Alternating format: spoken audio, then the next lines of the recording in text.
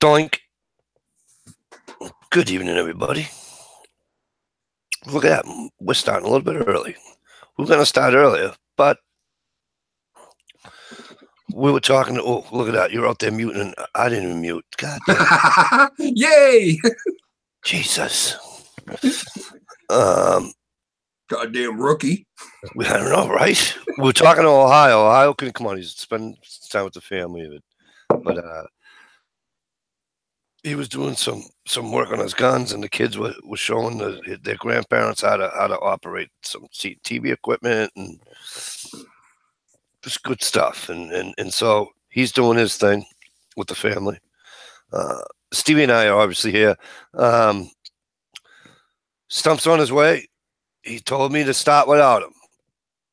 My reply, I haven't replied back to you yet, Stump, but I don't have to now because you'll see this or hear about it. We always start without you because you're fashionably late. It's okay. It's all right. That's what happens when you get old. It's all right. I should know because I'm there. Steve should know more because he's older than me. Yeah, right? You think I'd know more. But we're here early, just saying. So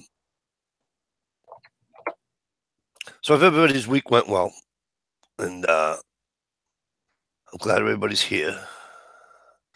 I'm getting out of a cold spell, getting over a cold. It was like the week from hell this week with the fucking. I had the cold. It was cold. It fucking snowed here again. Yeah, right. You know, I mean, it didn't like stick to for too long. You know, it stuck to the grass and to the cars. But damn, I'm tired of this bullshit. Right. We had a little ice storm up here, and like 180,000 people had no power for like 4 days. Jesus, that sucks. I know. I was lucky. I was just north of it. In case anybody wanted to know, you know, guys like Prepman to Endure. In case anybody wanted to know what the exact best team in the NFL always will be, is sitting right there for you, okay? Yeah, thumbnail that, Prepman. That should be your next icon right there. Anyway. Guys, I think your icon, Mike. I know, right? I got you, Prep. I got you. So I'll do the little rundown, right? Like I said, you guys saw NH. For those of you that were in the chat, you guys see that NH is at a concert. Obviously, he's not by himself. So yeah, you wish, Prep.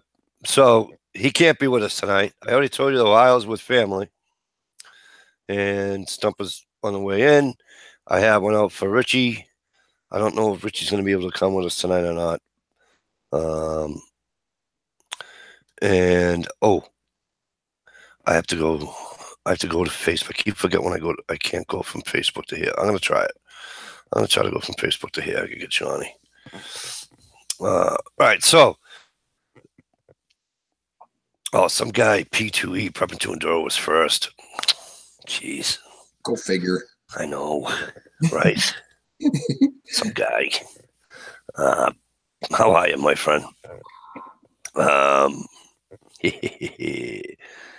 Guns Girl's with us again. As always, Guns Girl, how are you? I hope things are well. And like I said, you guys, NH Trapper was in with us. He stopped in and said hi and said he couldn't come on with us because he's at the concert. Enjoy the concert. I hope it's a good one. I hope it's not some, you know, make her happy, I'll go to this concert type deal. I hope it's something you listen to. Mr. J. Greg Campbell, what's up, my brother? How's things? Hope things are well.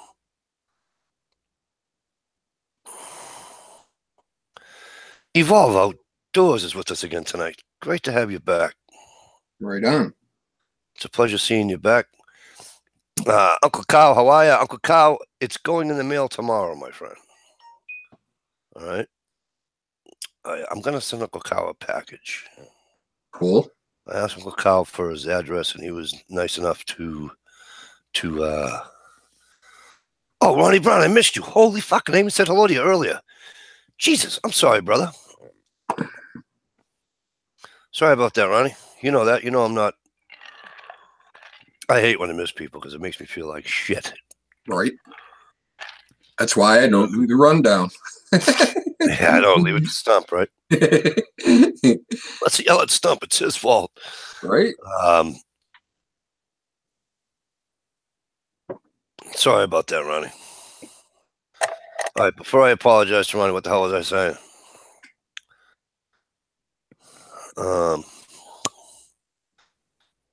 That's what happens when I talk too fast. Right. Anybody remember what the hell Mikey was saying?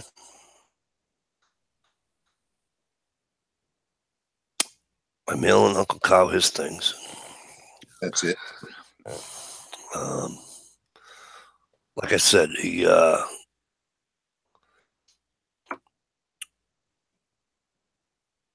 Uncle Kyle watches this chat as he does JT. If he's not on JT, you know what I mean? Right. And he's been doing JT for years. And even before he got on the panel, he would watch that chat the following day.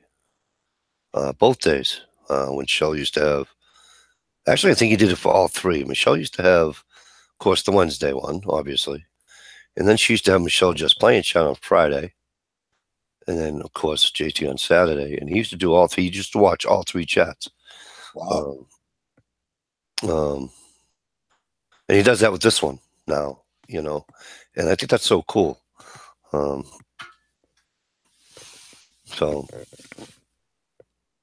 I hope things are all well, Uncle Kyle. And I was chatting with him a little bit in what do you call it, over the week. Oh, you know what I said I was going to do? I said, John, do you have Dear My Woodsman on your Facebook account? I don't think so. All right, let me see if I can do it from here. So Ohio was showing us, me and Stevie, his stepfather has, what was that? That was a Smith wheel gun he had there, right? That was an S&W? I don't think so. It was okay, I stand corrected. Dan Wesson. Dan Wesson, thank you, sorry. And he had a, what do you call it? The 308. Yeah. 308 handgun. It was a pistol. 308 pistol, people. 308 pistol. That was sweet, was it not, Stevie? Yeah, it was interesting. So that was pretty cool seeing that. Yeah, the thing was, it wasn't a contender either. I didn't know what brand it was. He didn't have the minute or time to tell me. Yeah, because he was on. He was in and out, and because I said to Stevie, I'm like, you just missed a couple of cool guns. He's like, oh wait, I'll show them to you. Yeah, I just a nice roast beef dinner. Golly, I miss that. Yep. All right, I sent Johnny his. Hopefully, I didn't just lose this chat. I still hear you. Good. Look at that. I can open a window and do something else without losing the chat. Oh, don't push it. I know, right? Holy cow. Hey, Mr. Up North of 60. How are you, my friend? Great to see you. Great to see you. Yeah, it was Guns Girl. It was gun porn. Hopefully some night we can get Ohio on here and he can re-show him. He was also working on his AR. What did he say? He was having Double feed issues. Double feed issues. So he was trying to look into that situation. But I did notice he had a aluminum or metal mag for it. Yes. Sometimes the little lips, the feed lips on those things get bent and will cause that. So you're talking from the mag, there's a, at the top of the mag, there's a lip. Yeah, a little curve like that. That and it pinches out. Well, yeah. in or out. Yeah. Out. Sometimes they get bent out and it lets the shells go beside each other, kind of. Okay. Yeah. So I was working on that. So that was cool seeing that.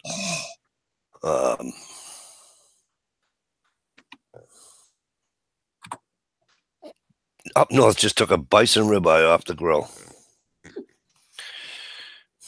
That's just unfair. That's just unfair. Steve, am I still here? Yep. Okay. Because the outside chat was spinning, that's why. I just wanted to make sure.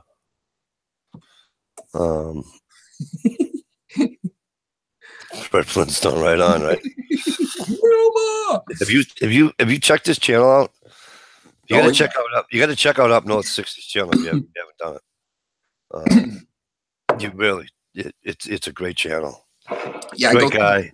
I go through phases. I watch the living crap out of channels for about 2 weeks. Yeah, and then they'll either drop off my feed or I, try to get around to as many channels as I can. I'm a little jealous because his wife Vivian goes on all the excursions with him. Friggin' 20 below, and they're out there, and I think that's totally awesome. And then he takes the summer runs too, so that's coming up probably, I'm assuming, right, brother? But it's pretty cool. Great channel. Great channel. Always liked it. Always liked it. Welcome back, Evolve. Evolve said he's back. That's good. So what I say, yeah, Stump's going to be late. Oh, well. I'll pick on him when he gets here. You guys can tell him that, too. You guys say, hey, what the hell are you being late for, And, of course, he's going to be like, Mikey, you started early. I did. I started a little early. I got out of work early, and I figured,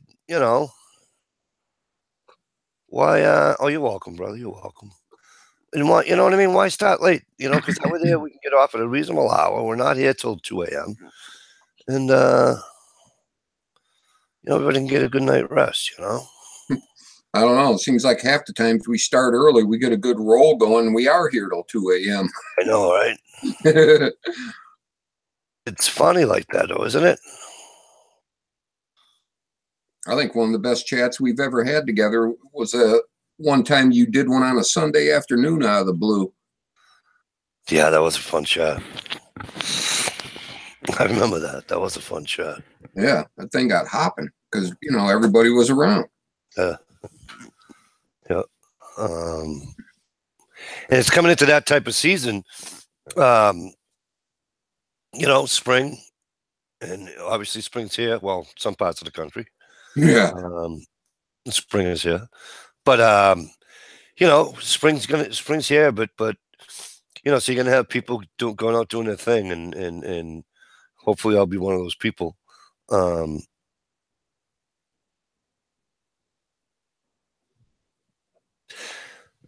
Because I said to my wife over New Year's, any resolutions? Yeah, I got to get out more. Yeah. Because I love being outdoors. I love the outdoors, and I love being out in the outdoors.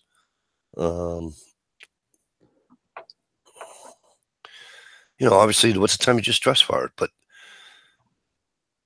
hey, it's like I just said, we were talking about Ohio earlier, family comes first, and I got this one going this way, this one's doing this one's doing that. We do those first. It's just the way life is, just like everybody else.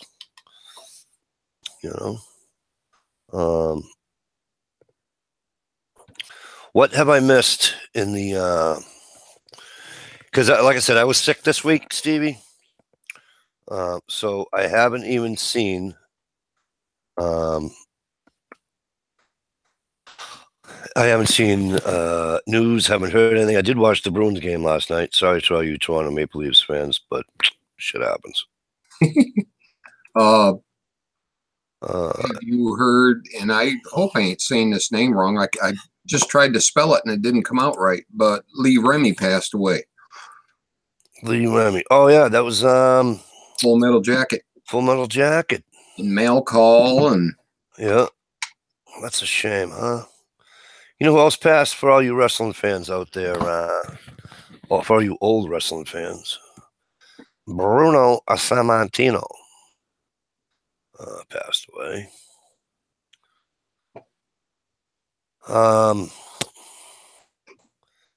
Jesus Christ, 2 more cops died.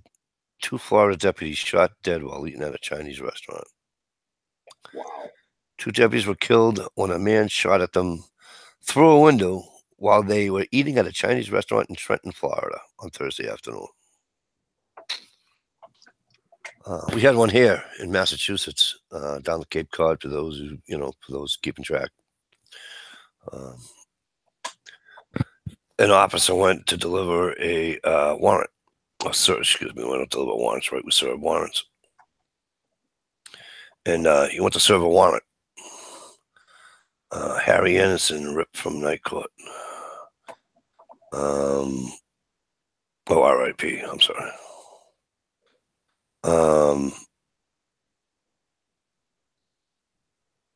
He went to serve a warrant. Yep, Guns Girl, the choke yourself guy. Yeah. Now choke yourself. Yeah, so we had a town cop. He went to serve a warrant, and the door opened and he got hit several times. Trenton is near Rafford, where old Sparky was the chair. Ah, that's right, Sparky the chair. I remember that. They used to have an electric chair in Charlestown too, back in the day. There was a thing I heard at work today, which is kind of interesting. It's politics, but not politics, I guess, right? I don't know, it's half and half, but we're going to cover it. Apparently, the president would like to bring back the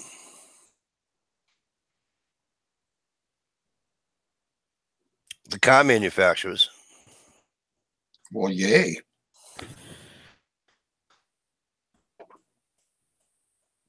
As we all know, they're assembled here. They're just not made here, right? Mm-hmm. So I have no issues with this, obviously. I think it's a good move. For more reasons than the reason I'm going to explain to you why it'll be slow and it may not happen. Okay?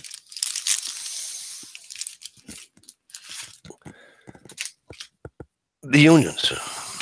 I'm not going to stand here on the union bash, so don't worry about it. But I'm just going to speak the truth, okay?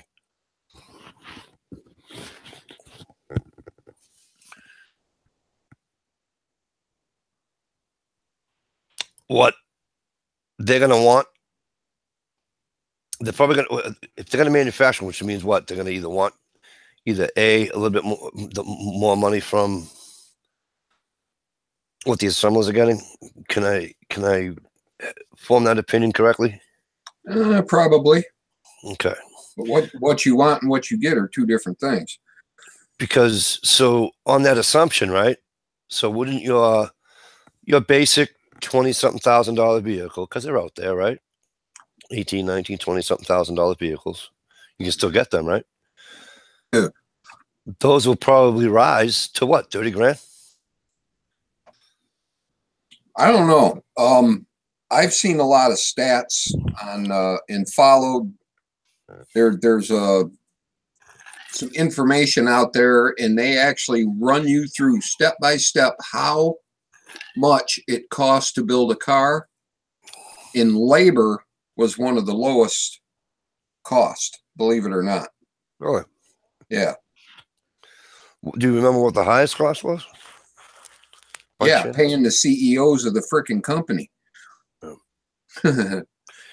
And I also heard, I have not read this yet. I'm just, again, I heard this, that he's going to give some kind of tax break. Remember when, I don't even think he was president when he did it, right?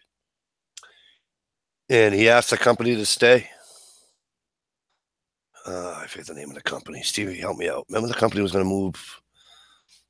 Were they in Indiana? Oh. You guys remember? You guys out in the chat room, help me out. What was the company that was going to move? And he asked, don't, and they wound up staying and given a tax break because, as we all know, NAFTA, they go overseas. It's cheap, but we all get it. Yeah. Maybe he come up with some kind of a tax break for them to manufacture the cars here. Because I think it's sweet. Now, they're not all going to do it. You got one or two. Wouldn't that be cool? You know, and obviously it's going to create jobs, obviously. But I don't know. It sounds good. Was it Prepping to Endure?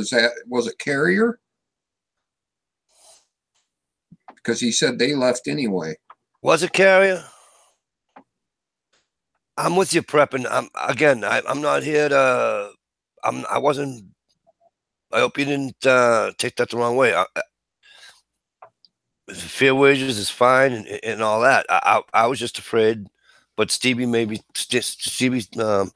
corrected me by saying the labor costs was at the bottom of the list for. Well, one of the bottom. One of them, right. And you know, another thing about the union, it ain't the freaking workers, it's the suits and ties that cause all the freaking problems. Sometimes. Right.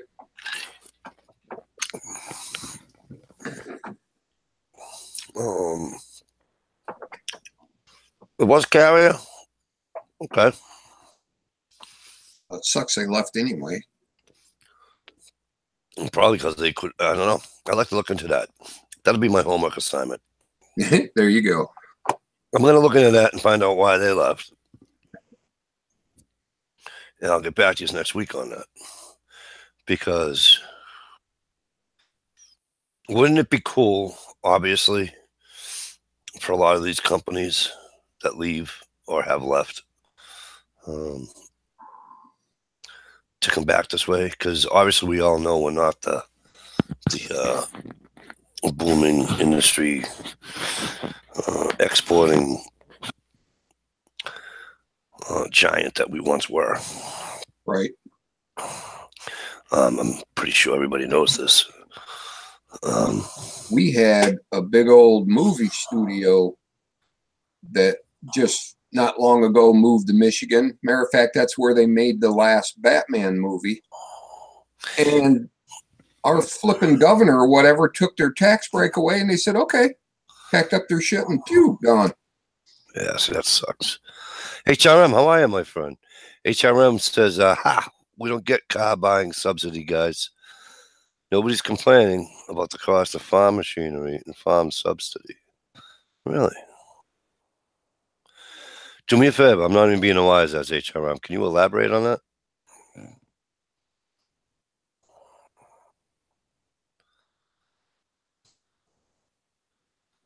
And why is that, Preppin? Preppin said you're looking at years in capital letters before that will, at years before that will take hold and happen. And would you like to elaborate on that? I'm not being a wise ass. I'm just conversing. Big word of the night. Big word of the night. For all you people. I wouldn't, Mike.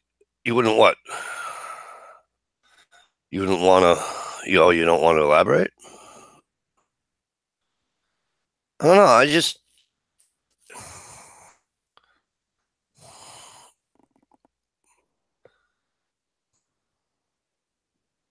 Yeah, you're right. Industry has been so disassembled, the pieces are scattered. That's for true. Yeah. I mean, we don't even make steel here anymore. And now there's no reason to make steel. So, well, there is, but. Well, let me ask you this.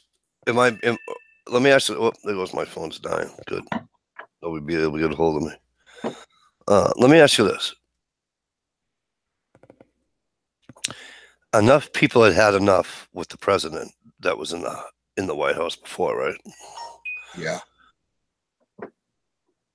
So they voted for Donald Trump.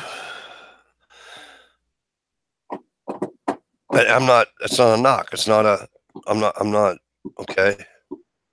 So my point is, if enough people said enough was enough, right? And the people that the powers to be, i.e., the politicians and all that, opened their ears and started listening to the people. You don't think that they'd come back? I'm not saying it'll come back to what it once was. Maybe, but I don't know. I guess I'm kind of like I'm trying to say is like, the squeaky wheel gets the oil. You know what I'm saying? Yep. Well, I think for one thing, they shouldn't make a Toyota cheaper than a Chevy. Yeah. They may not be, but I'm just using that for instance. Well, Preppin, you don't know that, bro. Preppin said, plus, who's gonna man the jobs? There is no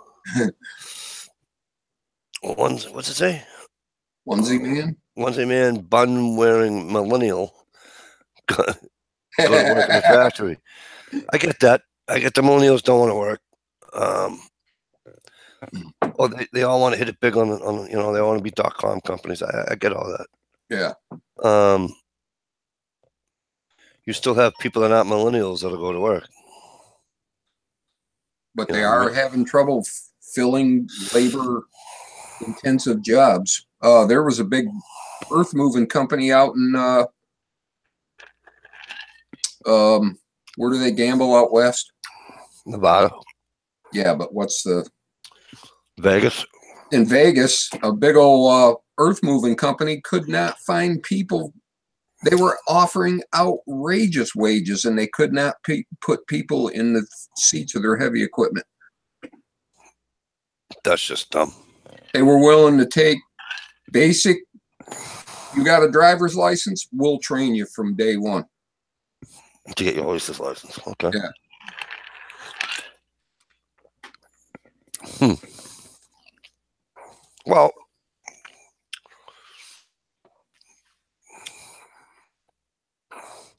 see, that wouldn't happen here. It wouldn't happen in Massachusetts.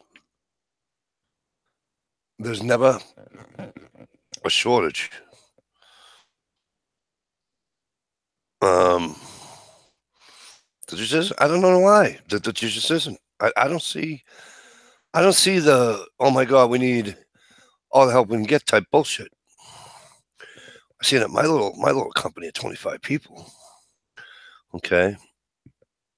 And they can't keep, they order temps. Yeah, they order temps. They hire temps. Okay. And well, this is before we got bought out, but we would hire temps and they'd come and go. We've all been doing. And they said, well, I go, first of all, you got to pay people. Yeah. First of all, you got to pay people. I go, you're paying them less than what they can make at McDonald's. Why wouldn't you go work for McDonald's? You're going to start somebody out at $13 an hour. McDonald's going to start you at $15 an hour. Who the fuck are you going to go work for? Yeah, no shit. Oh, no, by the way, McDonald's, you get benefits up the wazoo. And there's stock option and all that. I got a buddy of mine that worked there part-time to go through college and all that shit, right? So in between jobs, he took an assistant manager's position at a McDonald's. Okay. I'm not even going to tell you the money he made because it's disgusting. And it's not bad disgusting. Right. He said, Mike, it's the he said, these benefits, I'm telling you right now, if I didn't want to do what I love, you know, what I went to school for, that I love, that I want to do, he said, I could do this with no problem. No kidding. He says the benefits were just, he couldn't put them down. So it's him, my boss. I go, you know, you're not hiring for what's there. You know, you guys have heard me talk about the performance-based incentive we get. And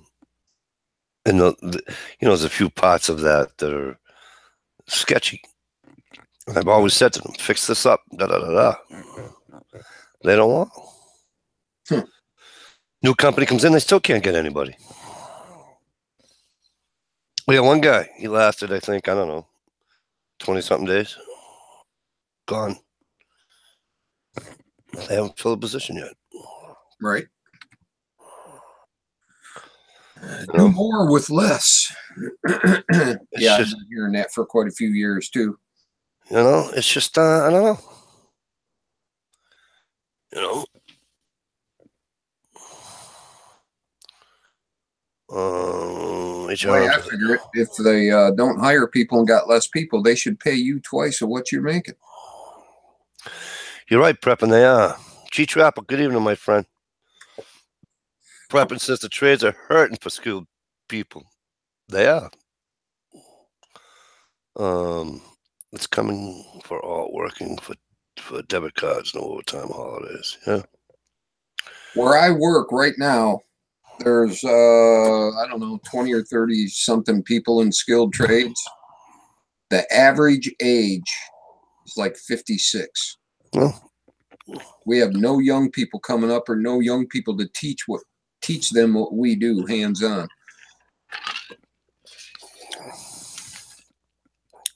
It's amazing. I can bash him because he doesn't watch this chat. I have a family member that if you put this mallet in his hand, he wouldn't know what the fuck to do with it. Right. If you put a regular hammer in his hand, he wouldn't know what to do with it. He couldn't take a stair tread off a stringer and put on a new one. I'll just hire somebody to do it. I know, I don't comprehend that. I understand it, but I don't comprehend it. That's just the way I grew up. You made it. Find out how to do it. Yeah. I'm not knocking anybody that doesn't know how to do anything, because guess you're looking at somebody who doesn't know how to do a lot. Right. So what do? I ask questions. I'll go watch a YouTube video. I'll call a friend. Whatever. Usually, I call one of my brothers. All right? You don't know something, open your Yap. Or trial and error. Granted, there's a lot of things you can't do because of, especially when it comes to carpentry and all that, you touch your fucking roof, now you gotta get a permit, then you put a cease and desist on you, I get all that. I understand all that. A stair tread? Come on. You know what I mean?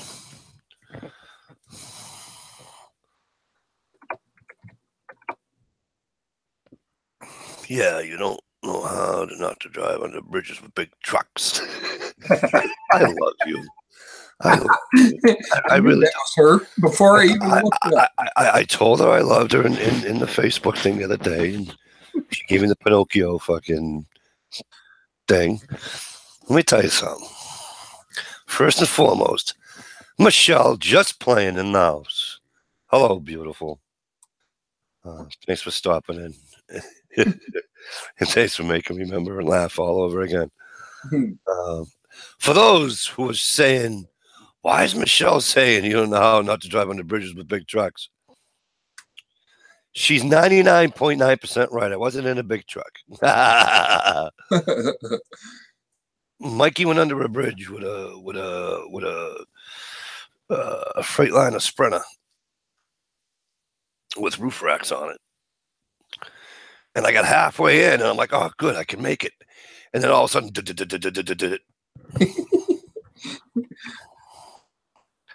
cost Mikey $2,000. DSW made it, as usual. Damn it, I wish you wouldn't have told that story, because in my mind, I had the old semi-truck just slamming the bridge. No. Damn it. Of course, Phil didn't help me. Michelle, I'm always right. Yeah. Michelle, didn't Phil like take pictures and show it to you on Facebook or something? But so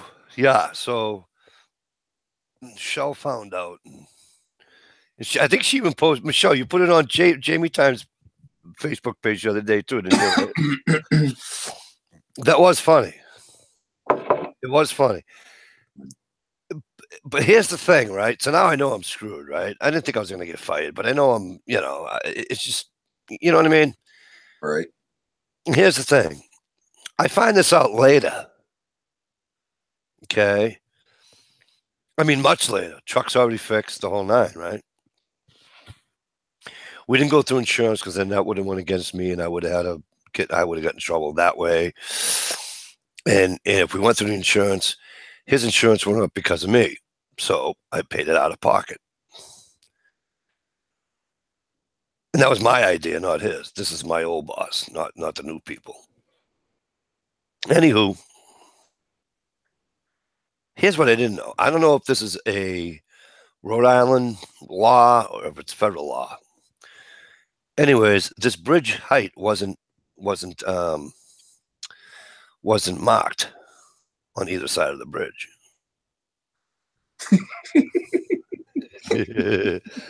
I could change gears. Come on now. And besides, they make them automatic now, sweetie. That is a good one, though, Shell. I'll give you credit for that. And so the town in Rhode Island that I was in when I did it, if I pushed the issue, they would have had to reimburse me the $2,000. Really? Yes. Because their bridge was not up to code? No, it wasn't clearly visible, marked. No signage, no labels on the bridge. Oh. Yep. Oh, split shift. Holy shit. I haven't driven a split shift. Wow. Do they still even make those HRM? I'm sure they do on the real man's trucks. Do you remember the split shifters? Yeah. I got to drive a little bitty 3-ton dump truck for a while that had the split shift. Those were cool. Those were cool. County Line Logging checking in. Great seeing you.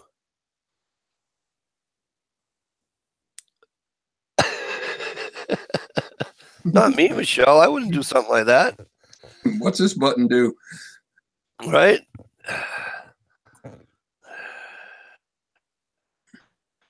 Well, Michelle, as long as I wasn't carrying a trailer full of lizards, right?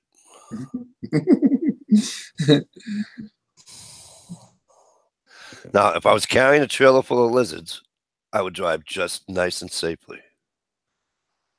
Michelle thought she was wrong once, Mikey. Turns out she was just mistaken. Wow. J. Greg Campbell, if your nose gets any more browner, my friend. Come on now. Michelle, you know I can drive, sweetie. And Michelle. Sweet theory of mine. Do you forget that I remember a certain person's car, truck you borrowed? Salam!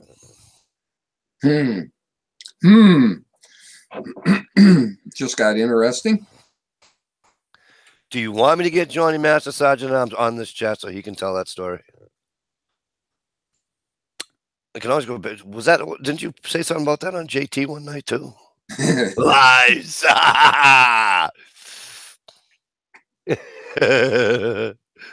Just saying.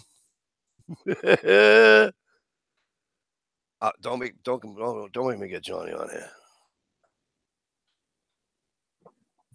Is he around, or is he on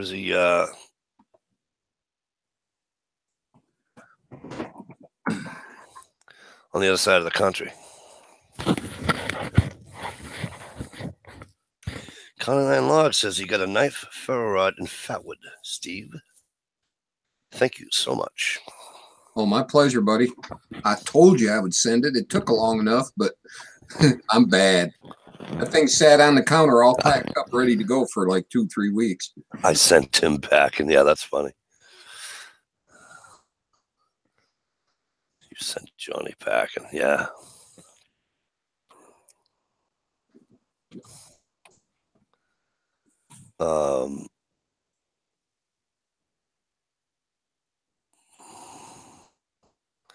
Well, county line, you can't just leave it at that.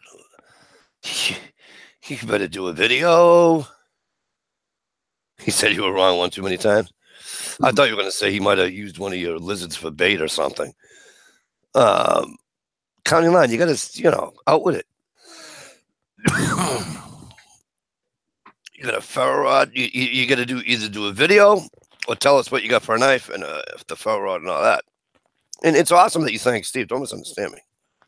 I'm not saying that, but no, help the class out and let us know. I don't know. Johnny told me his driving's really good, and we were talking about that one time, Michelle, and he said your driving's kind of suspect. Something about taking selfies all the time.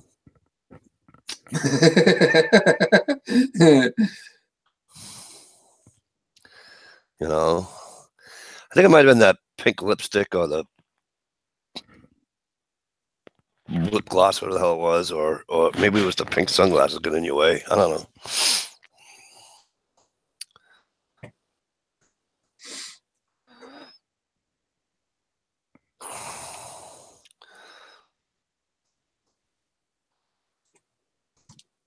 I have to refresh the outside chat. I keep forgetting I have to do that, right?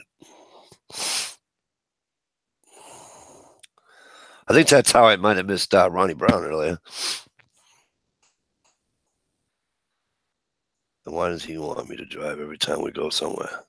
I don't know. Maybe because he's getting old, Michelle. Jesus Christ. He's what, fucking 55 now?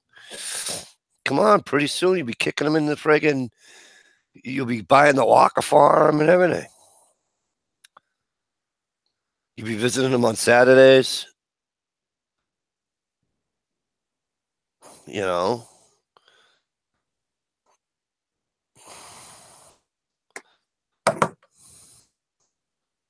Because he's tired. He works for a living. That Michelle's new sidekick or something? Wow. All right, Shell, let me ask you this. Are you paying Mr. J. Gray Campbell any money on the side whatsoever? Are you sending him one of your million knives that you have or something to that effect? Is he taking one of your how to have a lizard in your house or reptile or whatever?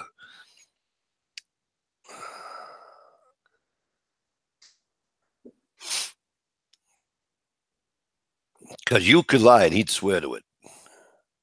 You know what I'm saying, Michelle?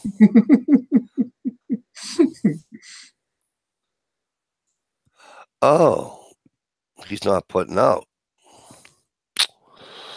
I probably shouldn't have said that live, huh? That's all right. The words stay in the thing anyhow nowadays. Sorry, Michelle. I didn't mean to say that out loud. Well, I'm sorry to hear that, Michelle. Hope things get better in that department for you.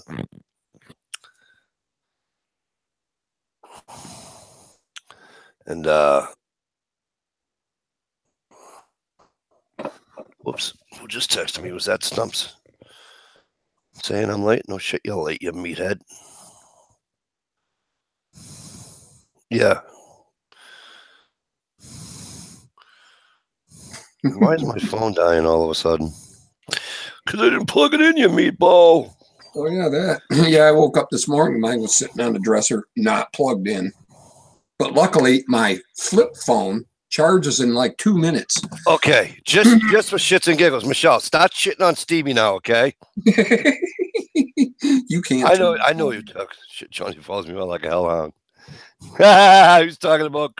Oh, okay, good. Then I was thinking out loud. She was talking about you, Greg. Ha! Johnny follows her around like a hellhound.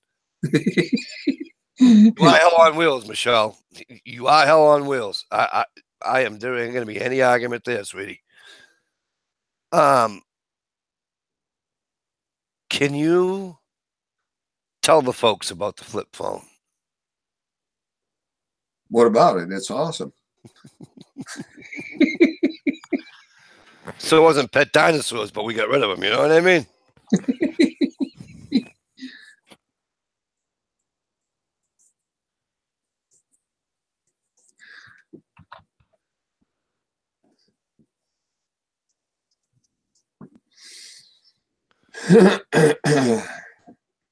Stevie, give me 1 minute. I have an issue that I have to go deal with.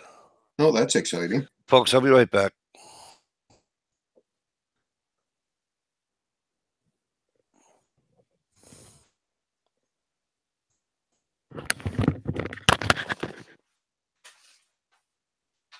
That's a great general purpose use knife there, County Line Logging.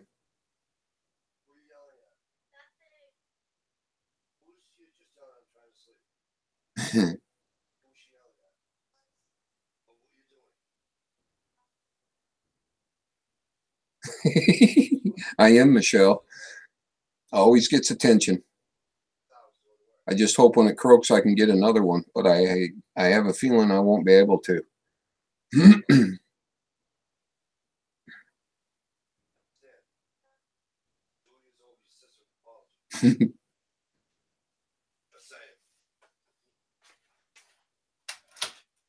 Oh, that's nice. Mike forgot to mute, so we might get to hear it all. You forgot to mute, you dummy. Whoops. See, play referee here too.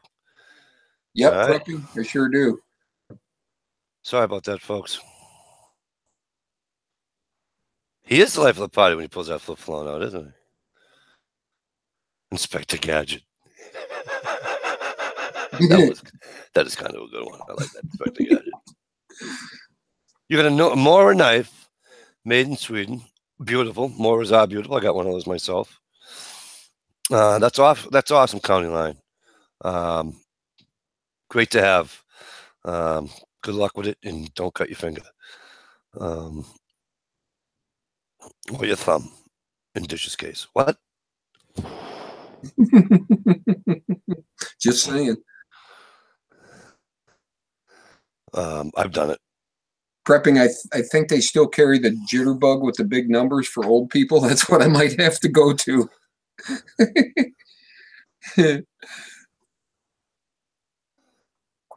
When I went and bought this one, the lady literally had to go in the back and find one.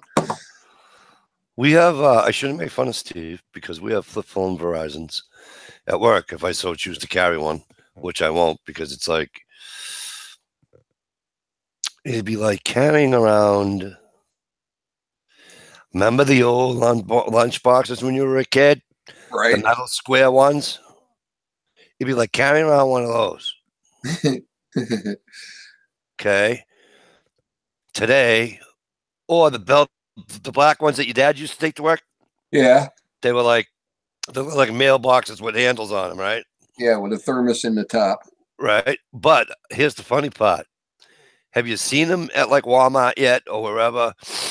They have those in like the nylon form now. Swear to God, a buddy of mine at work's got one. Really? I thought it was kind of cool, right? Anywho,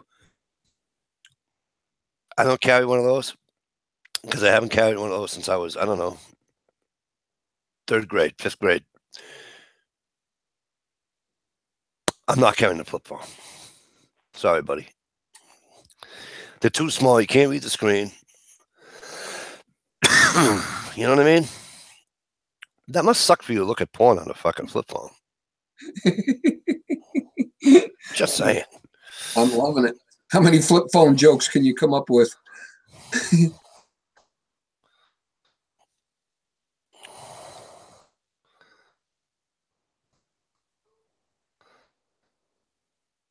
Dollar non-flip phone, $5 non-flip phone at the dollar store. She tells Greg to shut up. I got this. Oh.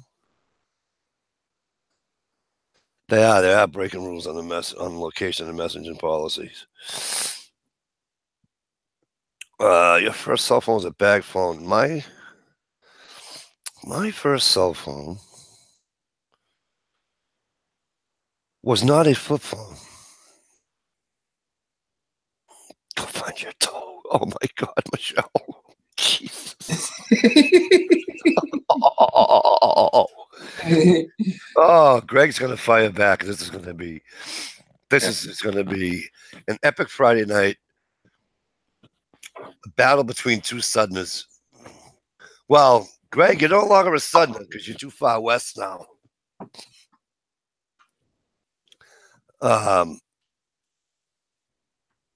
That's too funny. My first phone, I believe, was a slider. Right. They had stick phones too. My wife absolutely is pissed that she can't find a slider. Remember the ones that you'd come, like yeah, sideways, like this, right? And then you flipped it like that and went, yep, and then everything come out for you. My wife loved it because she'd sit there and, right? I kind of liked it too because everything was there. Because I mean, I can put this sideways on my phone, it's just not the same. It's just not the same. Right. That's what my daughter's phone was. She used to type fast on that thing. Michelle. A lot of toes in those emojis, Michelle.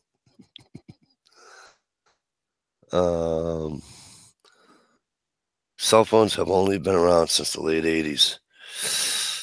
I don't even think they had them in the late 80s. I think they didn't come out until the 90s, bro. You know what? The first cell phone I ever owned was a flip phone, but it was about that big, this big triangle looking thing that opened up. Yeah. Barely fit in my coat pocket. That thing was huge.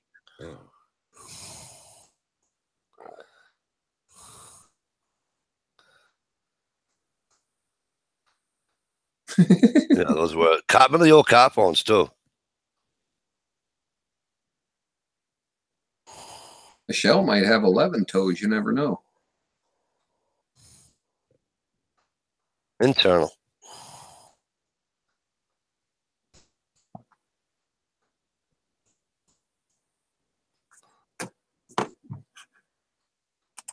Tiles. Oh.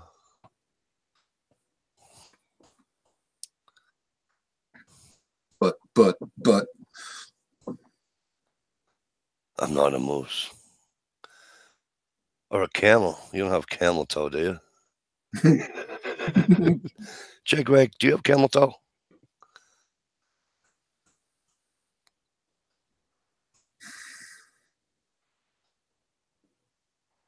I was just wondering.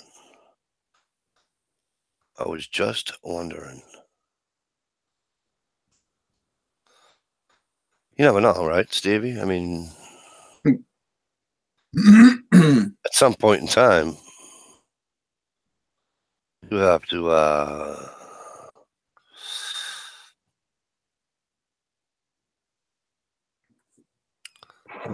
you have to find out, you know what I mean? Right. Only in spandex. Spandex. I remember when that shit first hit the market. Ooh. That was the only good thing about disco. My phone's dying. But then when the rock band started wearing the shit, they ruined it.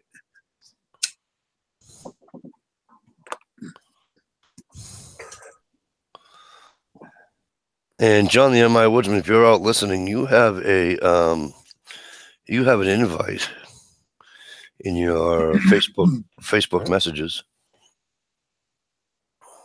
Right on, Greg. Spandex is a privilege, not a right. Yeah, good point by you. And in case your friends have never told you, big old giant flabby butt does not look better in spandex. Nope. You have to be awfully, awfully, awfully, awfully, awfully.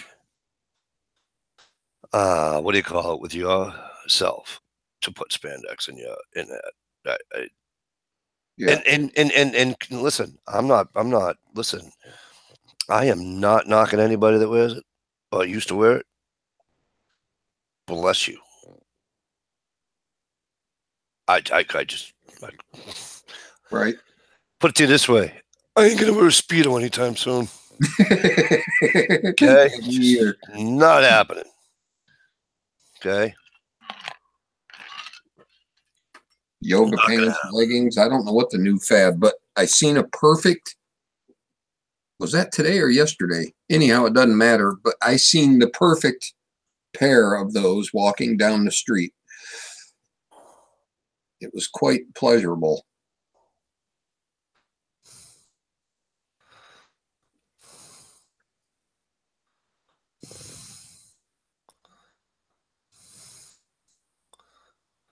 Yeah, no, I couldn't wear.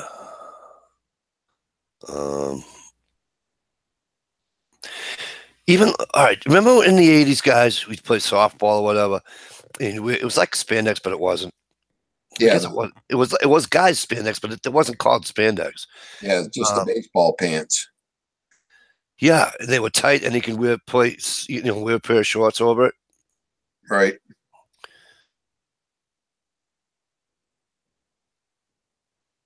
I did, Michelle. I don't think I've ever sent you nudies of me. I don't think I've ever done that to you. I respect you much too much for that, sweetie. I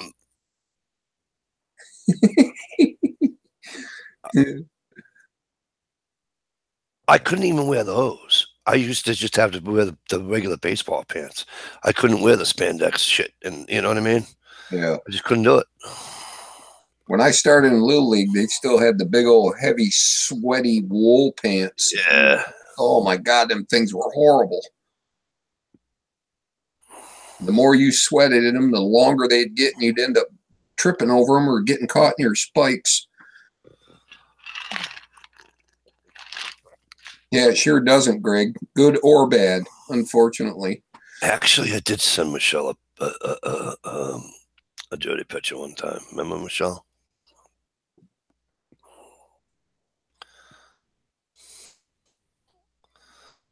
There he is.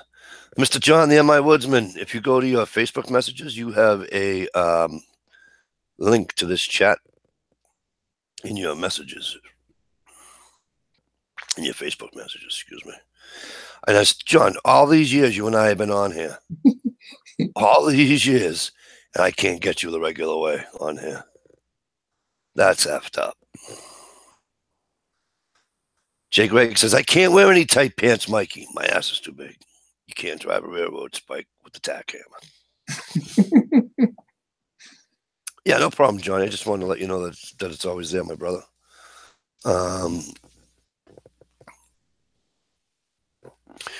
Johnny did a nice Michelle, remember that pic I did send you though? Seriously, do you remember that one I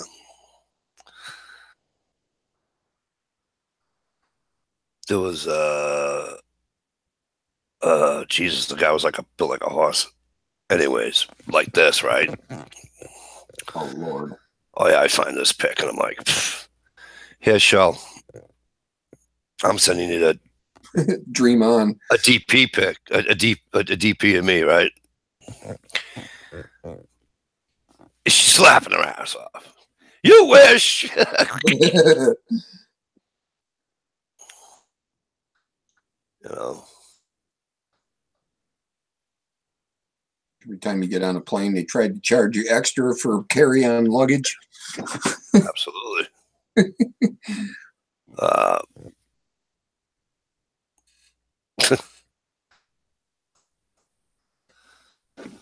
oh, Johnny, that's right too. I wanted to give you a, what do you call it? You guys go check out Johnny put out a video today on the he got tagged on the video, and he got tagged, so I got to do his, his 8 questions and that. You guys should go check that out. You'd like it. You'd like to hear one of the stories he's got too. Cool. Haven't had time to watch it yet. I seen it this morning. I think I did. Where is by the way, I don't see a certain name out in the chat room. The Queen's not around tonight. Oh Lord. She must be a bit under the weather.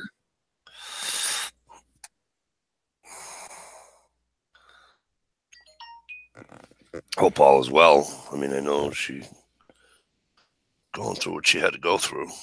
Right. You know.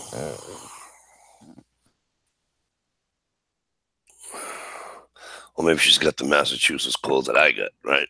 Ooh, hope not. Mike, I'm working on gecko cages right now, so I can't. Come on. Okay.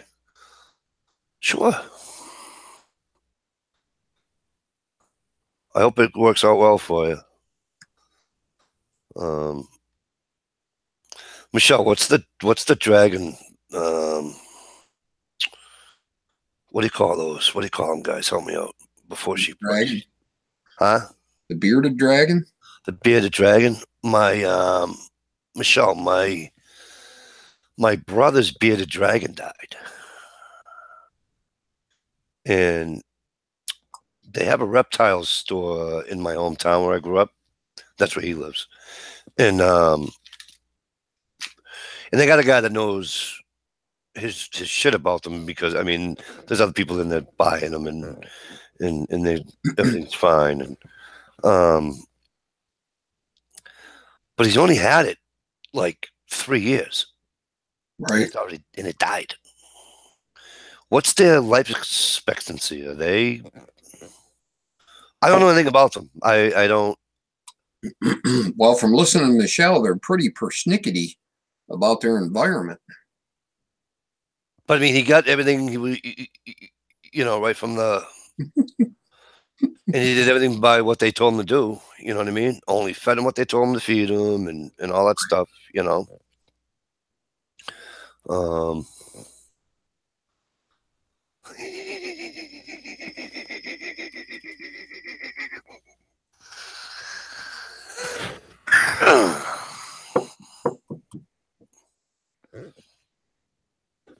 That's funny.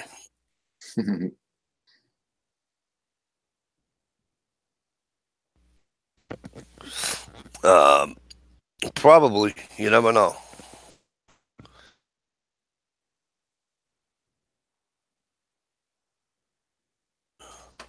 See that now? I don't have to leave because I have children. Now they're gonna give me my Mountain Dew. So awesome.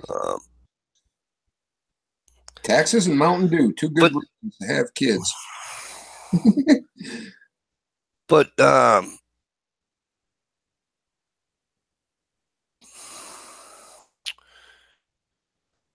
Michelle, write down the food and forgive my lack of ignorance here. Stevie, what do you call like props? They did everything that you know what I mean? Right. So he's in the process. He's gonna get another one because the kids absolutely loved it. You know, they got a kick out of it. So because it's hard, they can't have a cat because my sister-in-law's allergic. Can't have a dog. My nephew's allergic.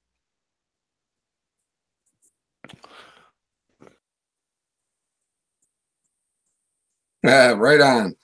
Cool, man. So, I don't know. I'll have to find that out.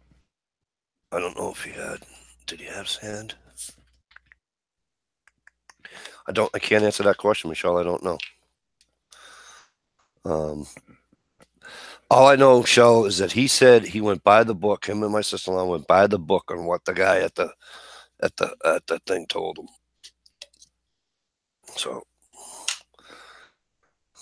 So like I said, they have all these allergies, and she don't want a bird because she thinks birds are dirty, which is fine.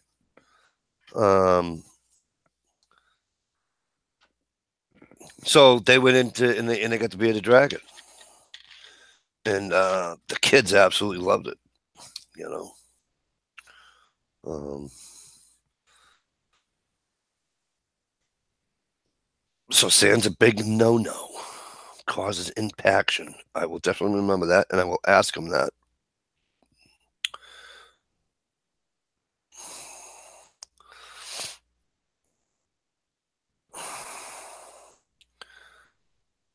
I saw nothing, Ronnie Brown says. Thank you, Ronnie. Oh, hey, Prep to endure. Just because I know you love him so much, yeah, I'll show you that picture again. There you go, buddy. You sports guys. Yeah, I like everything. I can always give. All right, I can do that. I'll do that when he goes and gets his other one, or if he has any questions or anything like that.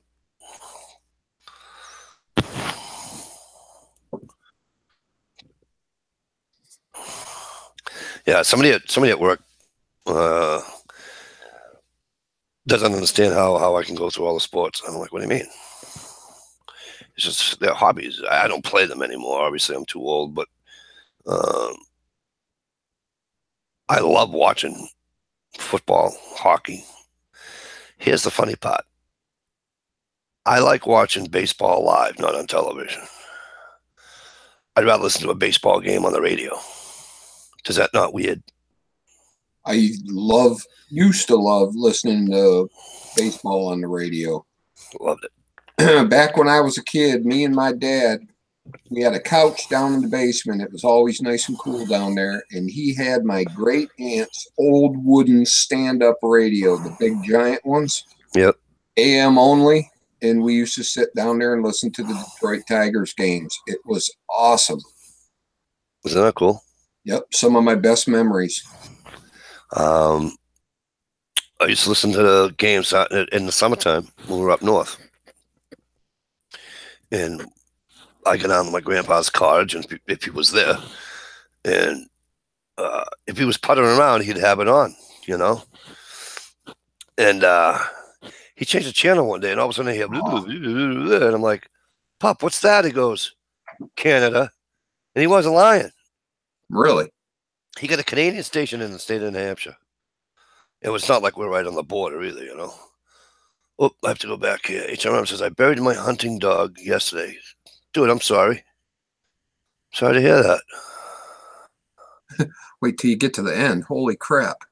Told me it was passing God's kingdom and not to be scared. It was my brother's dog originally died on his birthday. Jesus H.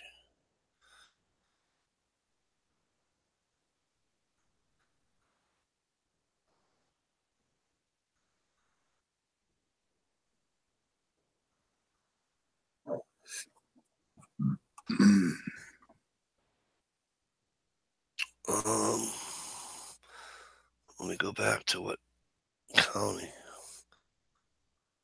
I think he's talking about listening to the baseball game. Okay. While sitting in the car. Yeah, that's kind of cool, too. Yeah, absolutely, Colin. Because let's face it, you're watching a baseball game, there ain't a whole lot to look at in between pitches.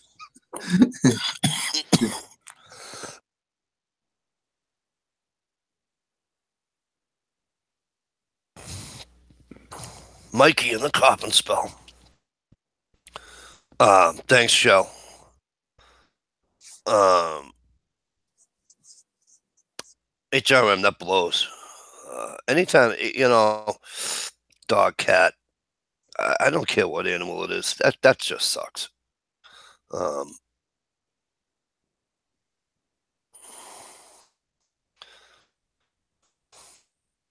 That just sucks. You know, that's something I have never been to. M.I. Woodsman was just talking about the drag strip. I have never been to a drag race, and I gotta go. I don't think I've ever been to a drag either. I used to watch drag racing on TV religiously. I used to dress in drag. That's No, awesome. I had never have. I'd never been to a drag. I watched them on TV. I guess I don't understand the whole let's do 200 miles an hour from point A to point B and then pray the parachute opens up. That fascinates me. And by the way, my And the funny cars and all that. now it's 300 miles an hour. Is it really? Yeah. Ludicrous.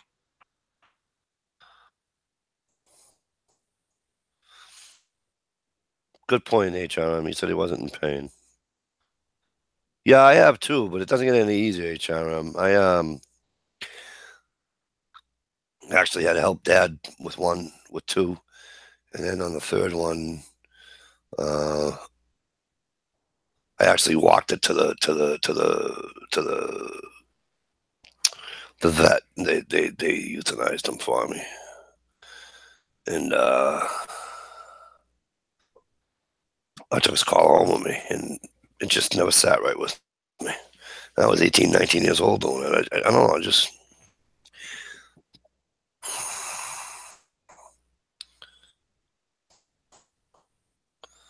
Right on, MI.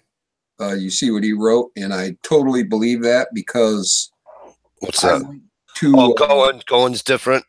You mean? yeah. The first I went to the New Orleans Grand Prix was the first motor car race I ever seen. It was a European style Grand Yeah. Prix where they sit in the center, them big giant cars. Man, they come around that track the first time. I got so jacked up, I almost puked. I had to turn my back for a second and calm down. These cars were coming straight at me like 200 miles an hour and then just slamming into a hairpin corner. And it was unbelievable. The thunder and the noise and absolutely unbelievable. Yeah, Trapper, I'll take your plugs with me. I gotta go. Maybe that'd be my goal for the summer. Yeah, mine is to go find a dirt. I said this to you maybe last week or the week before. It might have been last week. I don't know. I want to go watch the dirt track race. B-Boy, how are you, my brother?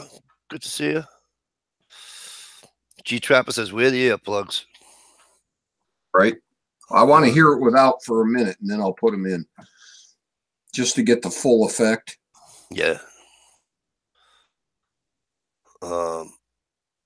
But that stuff is interesting and how. What amazes me is all the horsepower they can keep under the hood and not just have it blow sky high every single time. It's kind of like shooting a rifle. Yeah, see how it works first. It's like testing out new ammo. Yeah, all that power. And I don't know. I just watched them, and I'm like, and I know there's different classes in drags too. Oh yeah. And I'm not talking about the trucks and all that. I'm talking about the cars. Yeah. You have them ones with the fucking 80-foot long nose on it, in a two wheels that are about as friggin'. You might as well go put a Matchbox wheel on the fucking thing, for Christ's sake. Holy shit. Yeah. They look small. And they're so light. Two guys push the fucking thing. And they're doing 300 miles an hour. Are you fucking kidding me? Yeah. And you guys watch it, and then all of a sudden, the front end just goes. No. I'll tell you what I do like. I love taking off in an airplane. Sitting on the window seat. You know what I mean? Dragster's a little more intense than that, but yeah, it is way more intense. But it's the only thing close that I'll get because I'm never going to be in a drag car, right? So I have to go with what I can get, and I'm too old to get. I'm too old to be on a motorcycle doing it. So you do have bikes out there that in a quarter mile you can be doing. Yeah, 100. You know. A lot quicker than that. Oh yeah, You need to catch up. I know. See, I'm losing it. I'm getting old. I'm losing it, guys. Well, we all make references to what we know, right? Yeah. So that was cool. I'll have to let my brother know what the stuff Michelle was letting me know about that. Um, the bearded dragon. Thanks, Michelle. Much appreciated.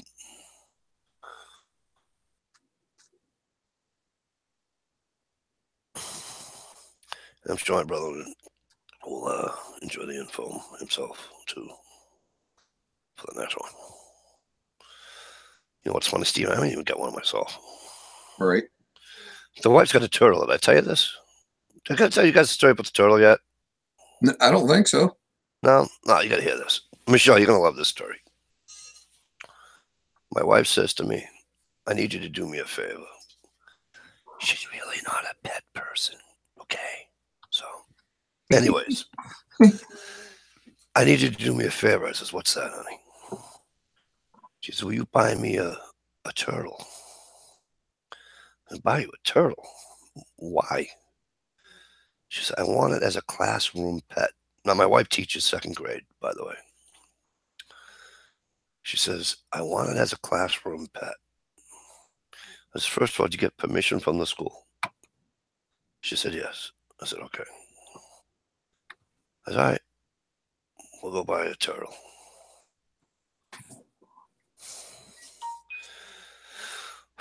So we go. A friend of ours had a tank. I wanted a much, much, much bigger tank. She didn't want the big tank. Right. The guy at the store said it's fine. Not going to hurt the thing. It's not going to be, I'm like, okay. So now she brings it to the school. Of course, I should say I bring it to the school with her and set everything up for her, right?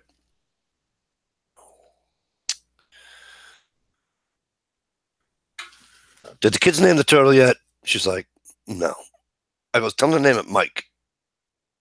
And so she broached that subject to them. Hmm. So then she said, you know what? Here's what I want you to do. She passed out a piece of paper to everybody. And she said, write down what you think the turtle's name should be. And the majority will win. She's got, I don't know, 16, 17 kids in her class. Are you ready? 14 kids said, call it Mr. Turtle.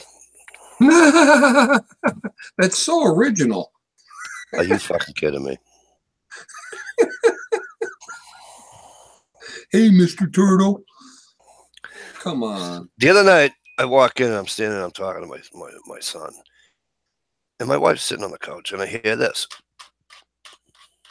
And I'm like, what the is that? I turn over. I'm in front of the tank, and my wife's like, he can't see the TV. I'm like, what the hell are you talking about? He can't see the TV. She says, watch, get the hell out of the way. It's the funniest. Dude, I'm gonna videotape it the next time it happens. This fucking thing is out of the water. He's got his neck out this way. Okay, so here's his shell. His neck is this way, looking at the fucking TV through the tank.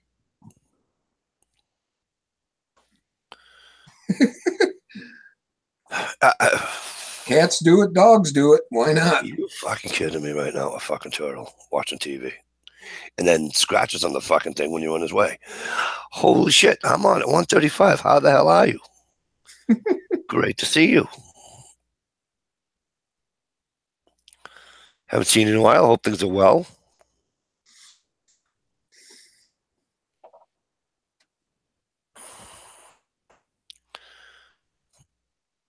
I didn't want to go back. Have I been missing who's been coming in? Not so far. I'm on it. V-Borg. I got V-Borg, I think. Yeah, I did. See, I'm on it said hi. I wasn't there to say. Local tests and tunes are my favorites. Here's the working man is running the building here.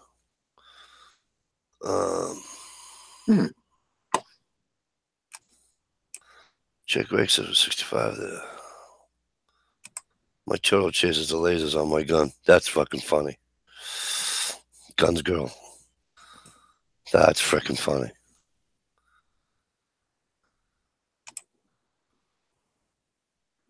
Internal, by the way. Just a second. I'm checking something out. Listen, you can't watch porn and be on Mikey's chat at the same time. I would never do that. I'm going to tell somebody that you're watching porn on my chat.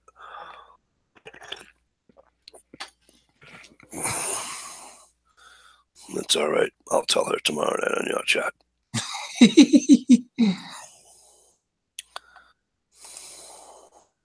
HRM. Dang, I bet he's really slow. A good night of fucking laser tag with a turtle. Now that's funny. Now that's funny. Oh, okay. All right, changing gears.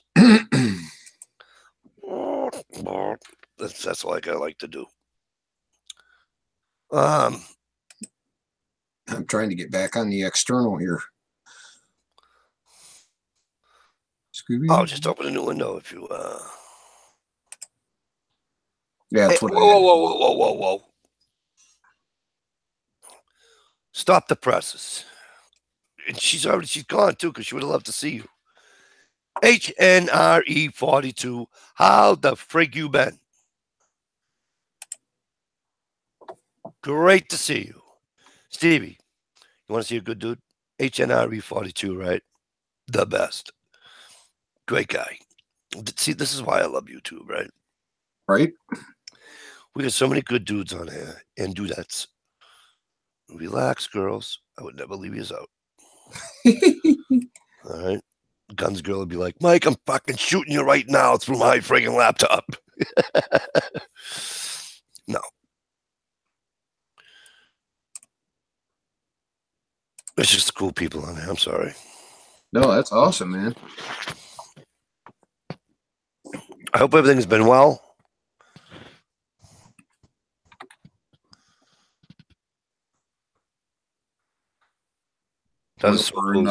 Gave him a sub. I'll go watch some stuff. Yep. Oh, good channel, good person. That's like 4,992 people I'm sub to now. That's the hot part, and yeah.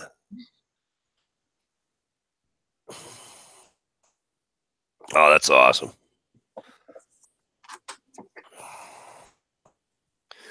I'm on it. I was talking to Steve about this earlier. I'm on it.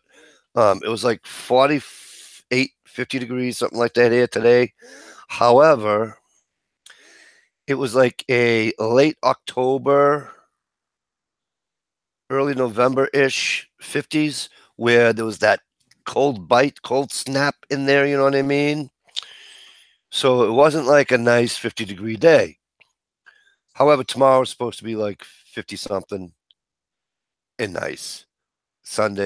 Monday and Tuesday are supposed to be close to 70. So it's coming. I just had to put up with today. However, we did get snow this week. Yeah. I just pray it don't go from 50 degrees straight up to 94 like it did, was it last year, the year before? It's like we had no spring. Hey, HNRE, that's awesome. That's totally freaking awesome. Raising that boy, am I 16 months old? That's awesome. 97% on the height shot. Well, he's got you beat.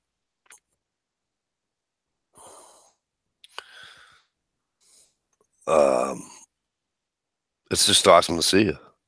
When Steve, what do we always talk about, right? Life comes first. Life shit comes first. You know what I mean? Yeah, absolutely. You know, people have to do what they have to do, and it's no worries. We're always here, and I got you on Facebook, I think, anyway, don't I? We're always here. You know, although, like I said, I like to get out more often, Steve. Yep. And I think I have to plan.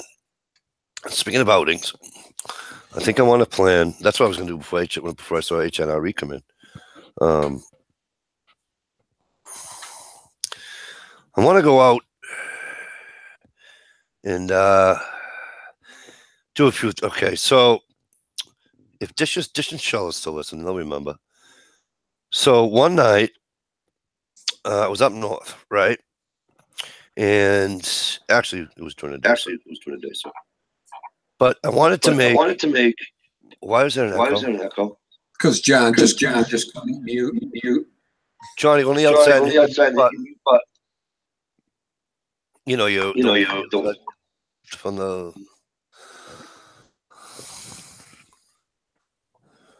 30 degrees. Yeah, HNRE, it sucks, bro. It sucks. So I was gonna make, and Johnny will laugh at this. I was gonna make Bannock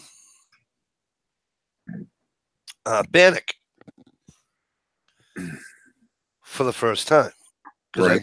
I've never made. This is a few years ago, a couple of years ago, anyways. Anywho, I was gonna try to make Bannock. I was gonna do a video, not a how-to, obviously, because it's not like you guys know me. I'm not, I'm not John the M.I. Woodsman. I'm not doing that. All right, I don't have that skill set just yet.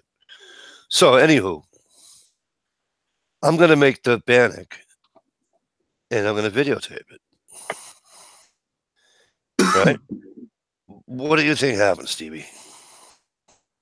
Turned out like crap, or you lost the video? Nope. I fucked it up all the hell. And then you guys knowing me, right? I get frustrated at myself because I'm like, are you kidding me? It's fucking dough, Mike. I mean, really, how do you screw it up? And but I did. And I did it. I wanted to do it the way that Josie and Mike did it. I always forget his channel name. Bushcraft Bartons. Bushcraft Bartons. Okay. And he would, find a little thing, shave it down, twist it all out, make it look nice and pretty. Right. Right. Lean it over the fire, turn it as needed. Da da da da. My problem, yeah. My problem was long before that, long before I even could even put it on the stick. Okay, I had issues, and so I was getting frustrated. And then once I fixed those issues, my coals were too low by this time, so I added more, and it just. Anyway, long story shorter, I wouldn't air it. I didn't air it. I filmed all of it. I filmed all the fuck up, all the whole, did it all. But I wouldn't air it. First words out of Dish's mouth, and this is not a knock against Dish, because she'll tell you this, because we've talked about this before. She says, Mikey, I really wish you showed that video. I says, why? I look like an idiot. I goes, and I would have had to edit out a couple of F-bombs, and it's just because it shows that it's not going to go right every time you do something out in the woods. She says, you see a lot of these videos that everything always comes out perfect and everything's always, and if you think about it, great point, right? Yeah, it's very true, but also she would have had some good fodder for her next spoof video. No, she wouldn't have done that. I don't think. None of that. I don't think they would have did a parody on that, because that wasn't funny enough to do a parody on. But in the end, prepping, I did burn it. Hey, SKS, what's up? Oh. But you know what I'm saying, Johnny? So I don't know. And for the longest time, I've always wanted to try it again. That's kind of what makes a good channel good too, is You got to keep it real. Right. You know, I don't edit my mistakes out. I just get lucky a lot of the times. You know, but it happens. It happens to all of us, man. And you get these guys that everything's just perfect and this and that. Well, Yep. and sometimes you're like, there ain't no way you just did that, dude. You had to do some editing shit to fix that. You know what I mean? So Yeah. just and I there's a few channels that I watch constantly as soon as they pop a video out, and they keep it so real. It's just I don't know. It just keeps my interest, you know. Because then if they screw up, they can tell you what they did wrong, so you don't make the same mistake. Right. Okay. Yeah. You know, so it's not all bad, man. Failure is learning. If you fail to if you don't Right. fail, you're not going to learn anyway. Trial and So, error. Right. yeah, you got to learn somehow. I don't know. I just maybe I'll do it then. I'll try it again. But like I said, Josie and Mike just made it look so. It was like effortless. Well, he's been doing it for years and years, and You he know, lives in the woods. You know, Mikey puts it. They put it in the Stevie. I don't know if you ever watched Bushcraft Barton's channel, right? Or you guys out in the chat room. Some of you out in the chat room may know him. And so Stevie, he'll put everything in a Ziploc bag. Yep. And then once they're out where they're going to be at, he'll add his water to it. But see what he did, which I didn't do, was he did his water nice and slow to get the texture that it needed. Yeah, a little at a time. Yeah, guess what Jackass did? Dumped it all in at once. I mean, thankfully, I had everything right there in front of me. Yeah. But now the problem is this. So now it's like when we used to do concrete, right? Shit, you need more. Now I could have made a fucking pizza, right? Kind of like eating a bowl of cereal with too much milk.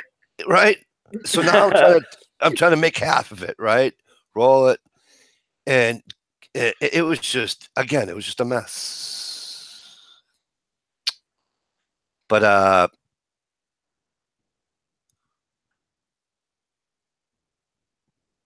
water. Yeah. What's up, buddy? I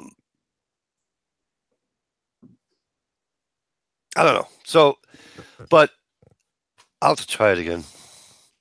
Like I said, it wasn't like I was, 8 miles in the bush somewhere. I was right beside my brother's cottage at my trailer. Otherwise you eat what you got. Burnt. Yeah. Ashes in it, whatever. And here's the funny part. You know how I ate my friggin' toast with my eggs? Burnt. Blacker than the ace of spades. Yeah. I don't know why I love burnt toast. There's some people make bannock in the form of ash cakes too, as a similar form of bannock. Now, who the hell I see do that? They put it in a pan. Of course, they put it on the open fire. But I was also told to add, because it can be bland, obviously. Who was it? It wasn't Josie and Mike. It was another channel I was watching making the bannock that they added cinnamon to it. Oh yeah, you got to put something, cinnamon, raisins, or you can put cheese and Spam. Spam, I haven't had that in a while. I have to have that too. Spam Bam. Yeah. Spam Bam. As long as it's not potted meat. I can't do the potted meat. I tried a couple times. I know, remember? I got to give Michelle credit on that mayonnaise and sandwiches, man. Let me tell you. Oh. Wasn't that something, John? Remember those days? Yeah. Stevie, have you seen that old video? Oh, yeah. Oh, Stevie, you got to go back and check out all the videos people did for the potted meat, Stevie. There's a bunch. I've seen enough of them, thank you. But I happen to like potted meat, but there ain't no mayonnaise going on it. Oh, Johnny, Stevie, let me tell you. Stevie. It's got to be Duke's mayonnaise, too. I did it with my kid. Him and I were camping way the hell up in the friggin' western part of Maine. We were like 5 miles from the Canadian border, right? No power in the joint. Loved it. right? No power in the joint. And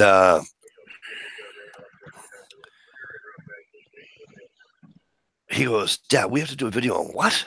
I says, potted meat. He says, Dad, there's no stores around you. I says, I already bought it, buddy. So he says, all right, so we're doing the video. And I literally spit it out in my mouth, right? So after I do the video, he goes, Dad, can I try that? I said, you're out of your mind. You're out of your mind. Here you go. And he goes, Dad, that does taste like cat food. Wouldn't lie to you, my son. But I just can't get it down. I know a lot of people that can get it down. I just can't. Nathan, 4071, how are you, my friend? Great to see you. I hope things are well. No, I like the stuff, but I don't make a whole sandwich. I'll just eat it on crackers or something. Oh, no, dude, I put it on only, well, because we had the rolls for the hamburgers. Right. I put it on a hamburger roll. Stevie, I added hot sauce. Just to, you know what I mean? Still couldn't do it. That's because you're thinking cat food. And it probably is cat food. Same basic ingredients. I couldn't get it down. I think one of the best ones was Chris Wyndham Woodcrafts. Wyndham Woodcraft. He couldn't. He actually called me. He couldn't find any. Right. And I told him, I bought mine at Hannaford. Told him what aisle I was in. He's in Maine, and his Hannaford. Couldn't find it. What did he do? He used the Vienna sausages, didn't he, Johnny? Yeah. And he said, I'm really sorry. I couldn't find the part of me. Bah, bah, bah, bah, bah. You know what he did, Stevie? Stevie, he takes the, and people in the chat, for those of you that know Chris, and some of you that don't, he's a great guy. Ask Johnny, he'll tell you. Yeah. Anywho, he took the can of Vienna sausages, Stevie. Stood back, I don't know, 20 feet. I don't know, looked like whoever revolver he had, right? I mean, it was his, but I don't know who the manufacturer was, right? Stevie does one of these.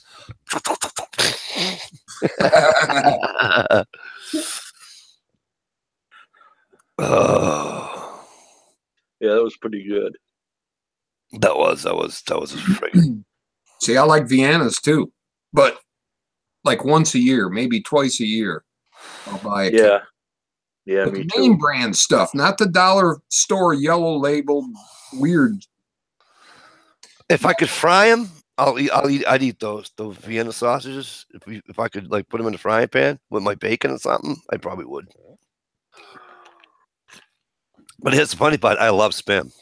I used to eat Spam all the time. I love Spam. Yeah. Love it. Love Spam. I used to drop that shit in my eggs.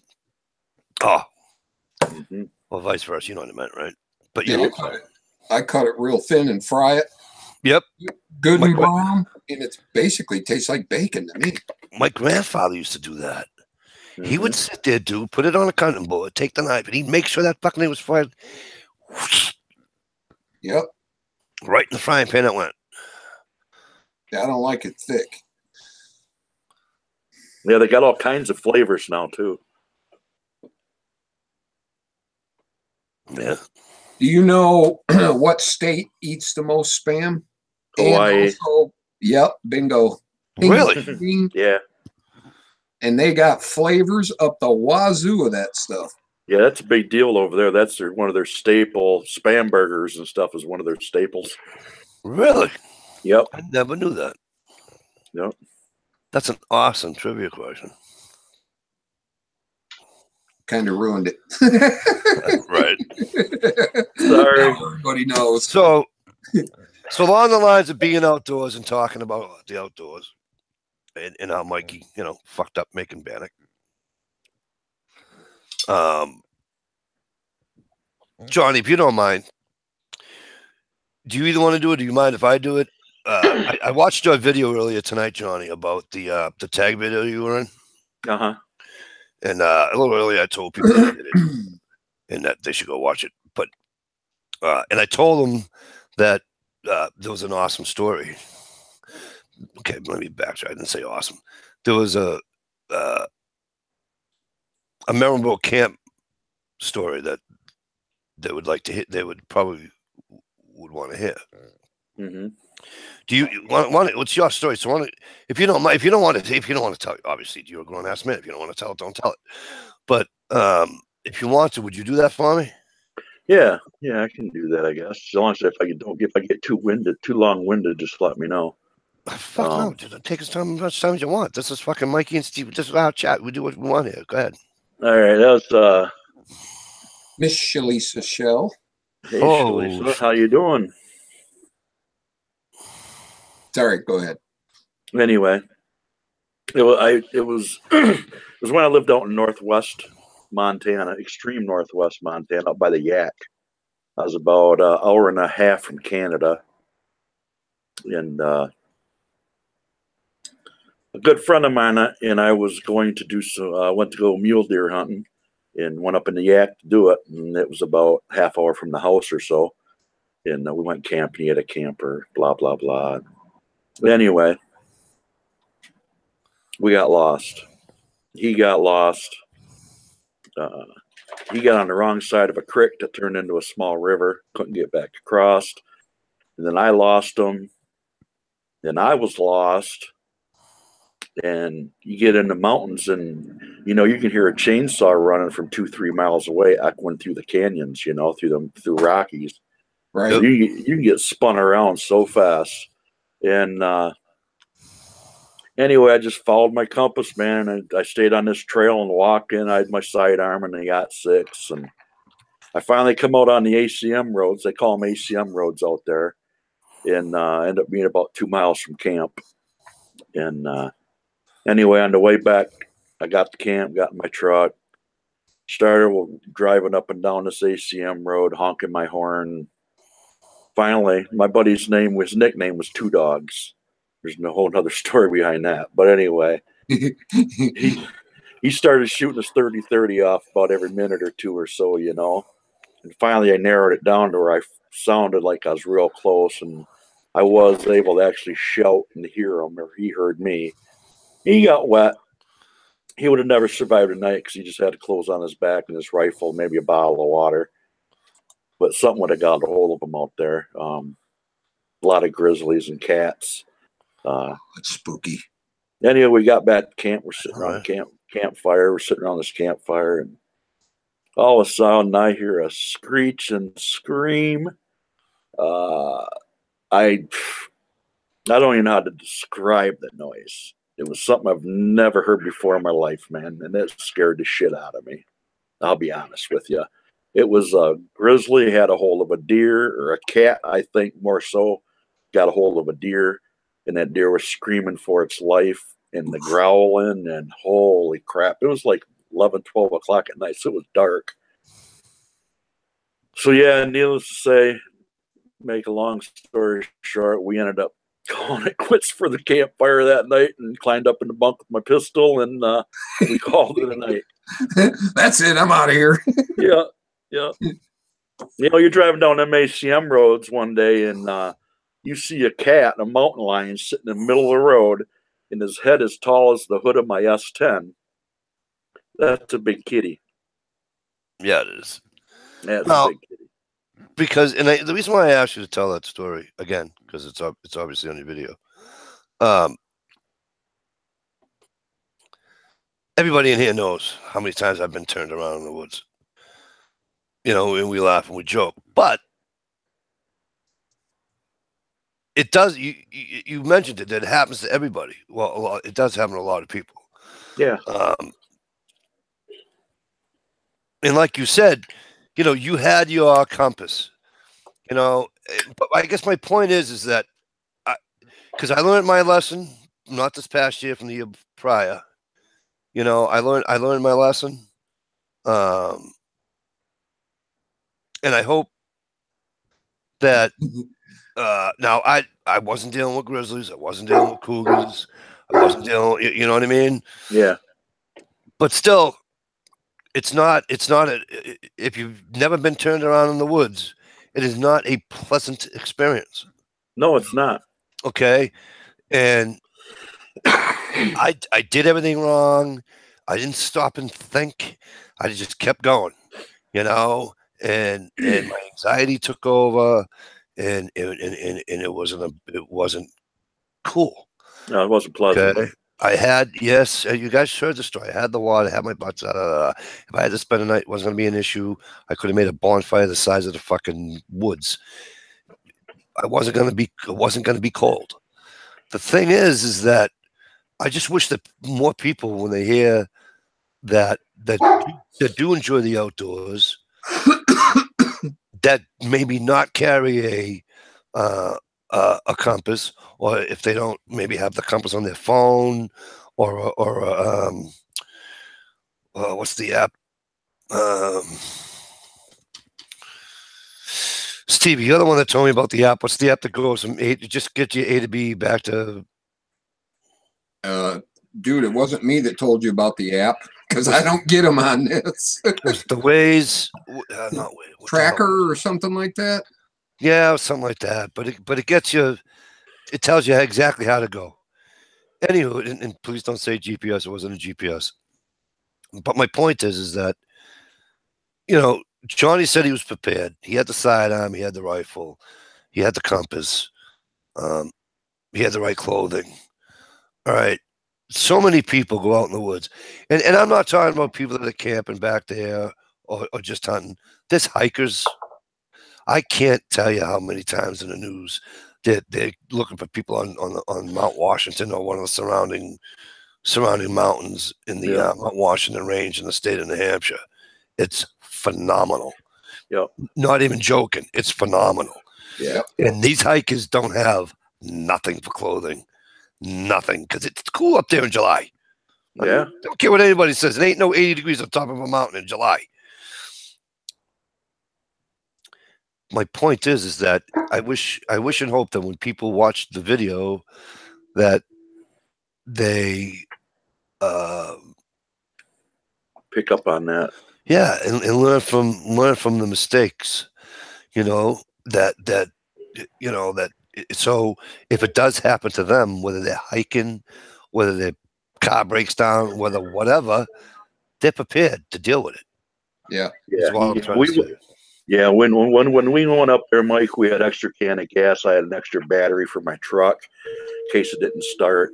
I had extra belts for my fan. You know, it was ridiculous, the prep work I did. But two things, I guess, that saves my butt when I go somewhere I'm not familiar with or I've never been before is a good old school, good compass. Screw all the electronic stuff because that stuff can fail. But a good old school compass, I take a bearing before I leave my vehicle and which way I'm headed. And like when I got lost out there, I knew I was between the ACM road and the Rockies because I was in the foothills. So I knew my truck or the camp was to the west, you know, and I was traveling south, so I had to go back north and go west to get back to that ACM road. And that's basically kept me from being totally lost for good, you know. Yep. A little bit of prep. Don't take much, man. Just 5 minutes and, you know. And another little tidbit. I don't know about Stevie, about you, or Johnny, you. When I took my hunter safety course, and of course they tell you to get a compass going out hunting. They also told us when buying a compass, when you're in the store actually buying a compass, to check to make sure that it's correct. Compassing. No, yeah. And a compass in a store sometimes isn't that accurate because you got all the steel building around you. Exactly. And also another thing you want to look for is you don't want to buy a compass with a bubble in it. Right. And he also said,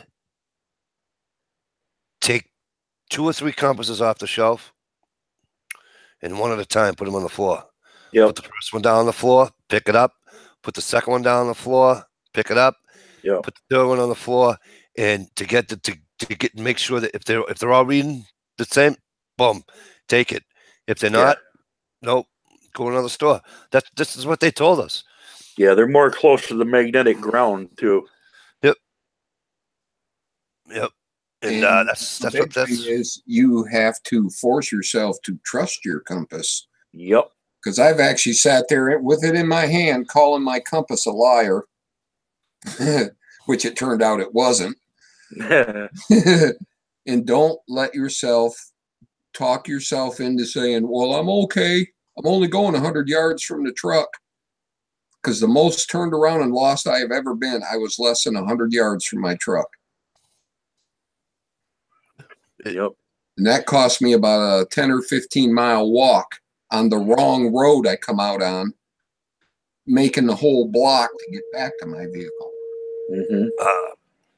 The other couple of things I wanted to you guys know, I've also told you guys I got lost as a kid, as a teenager, up in the mountains with a group of people, and all relatives of mine, and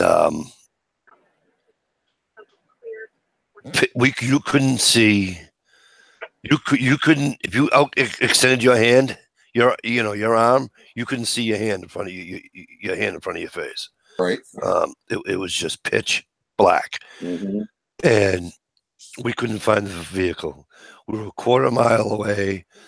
The trail we were looking for was about 100 yards away, and all we had to do was walk down a nice smooth trail that brought us right to the car. Okay. We're kids.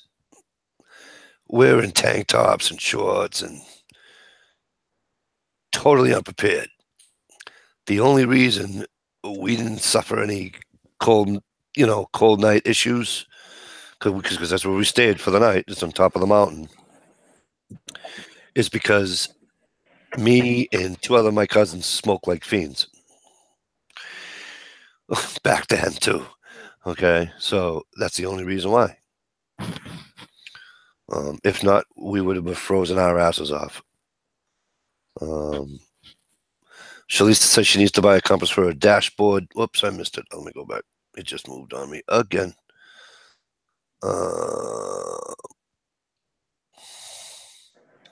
Where'd it go, Shalisa? I just saw it. Yeah, chat's flying out there pretty good. I can't. Yeah, I know. I hate that. I can't. Well, I mean, I don't hate it, but you know what I'm saying. I'm trying to read what she wrote.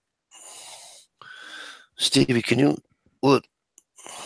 Oh yeah, on the dashboard, and I'm one of the remaining humans who continue to drive with a compass. Well, that's cool. She also wrote, "I have a compass anywhere. Having a compass anywhere is good practice." Definitely. Nathan says he still used this Thomas guide. Yeah. Can somebody, Nathan or Johnny or somebody, one of you, help me out with that Thomas guide? I never heard of it. Is that the map book? That's a guess.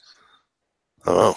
That's what I'm not sure. I've heard of it, but I'm not sure. I've heard the name sounds familiar. Okay.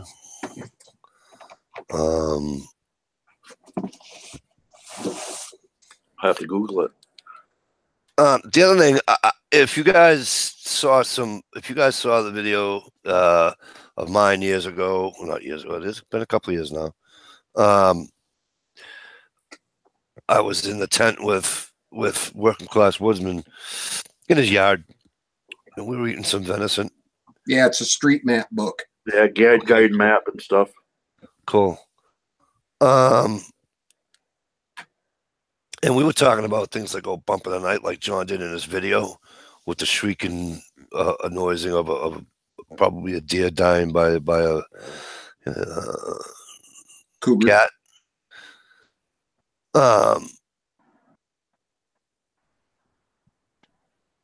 Here's what some people that don't get is that they're gonna hear that, or they're gonna hear just the animals that come out at night. You know what I mean? So it's like You're gonna go spend a night in the woods or 2 nights in the woods, away from, you know, your everyday campground stuff. Civilization, like Yeah, you're gonna hear shit. that's the only way I can. You know, I did it in my younger days, and I've heard stuff that I can't explain. Yeah. I'm not gonna sit here and tell you that it was fucking Sasquatch and all that bullshit. I'm just sitting here telling you I have spent hours on the internet, because you can, by the way, they have this sounds of the woods, and they have a lot of animals that they have on. You can play all animal sounds that are in the woods and all this stuff. All right. I spent hours online trying to find out what this noise was, and I can't find it. Oh, Sasquatch. Right. You know, Kia says, I can't believe Mikey D was smoking in the tent.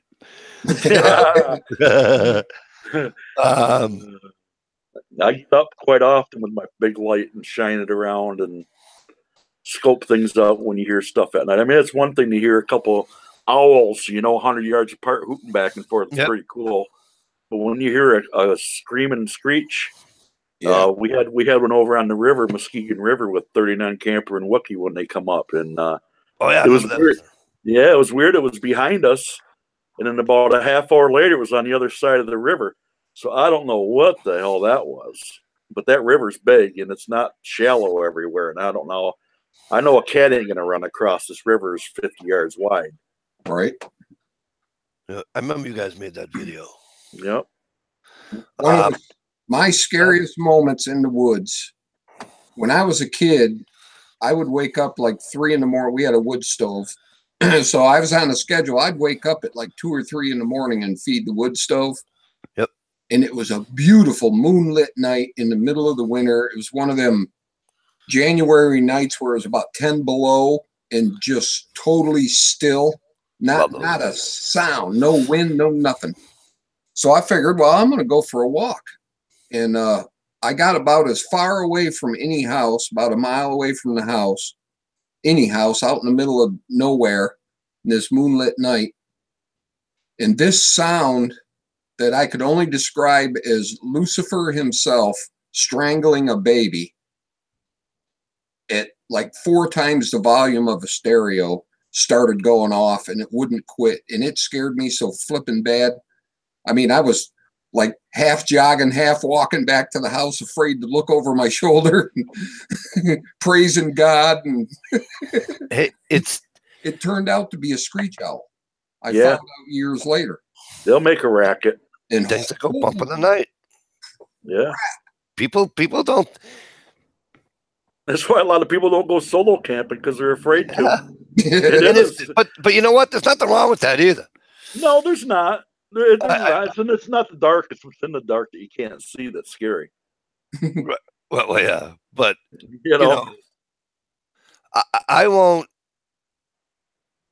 camp. I mean, I'll go if I'm close, and I mean close, like a mile of walking distance to a type of civilization. Yeah, I go as deep as I can handle. But I'm going to tell you why, though, Johnny, and I'm going to put myself out there, right? I never claimed to be. I would like to be, but I never claimed to be,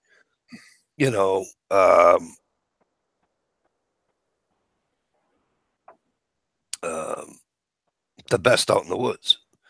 I mean, okay. Can I survive in the woods? Of course I can. Okay. But it'd be on what my knowledge is. Well, you're comfortable with. Right. Okay. So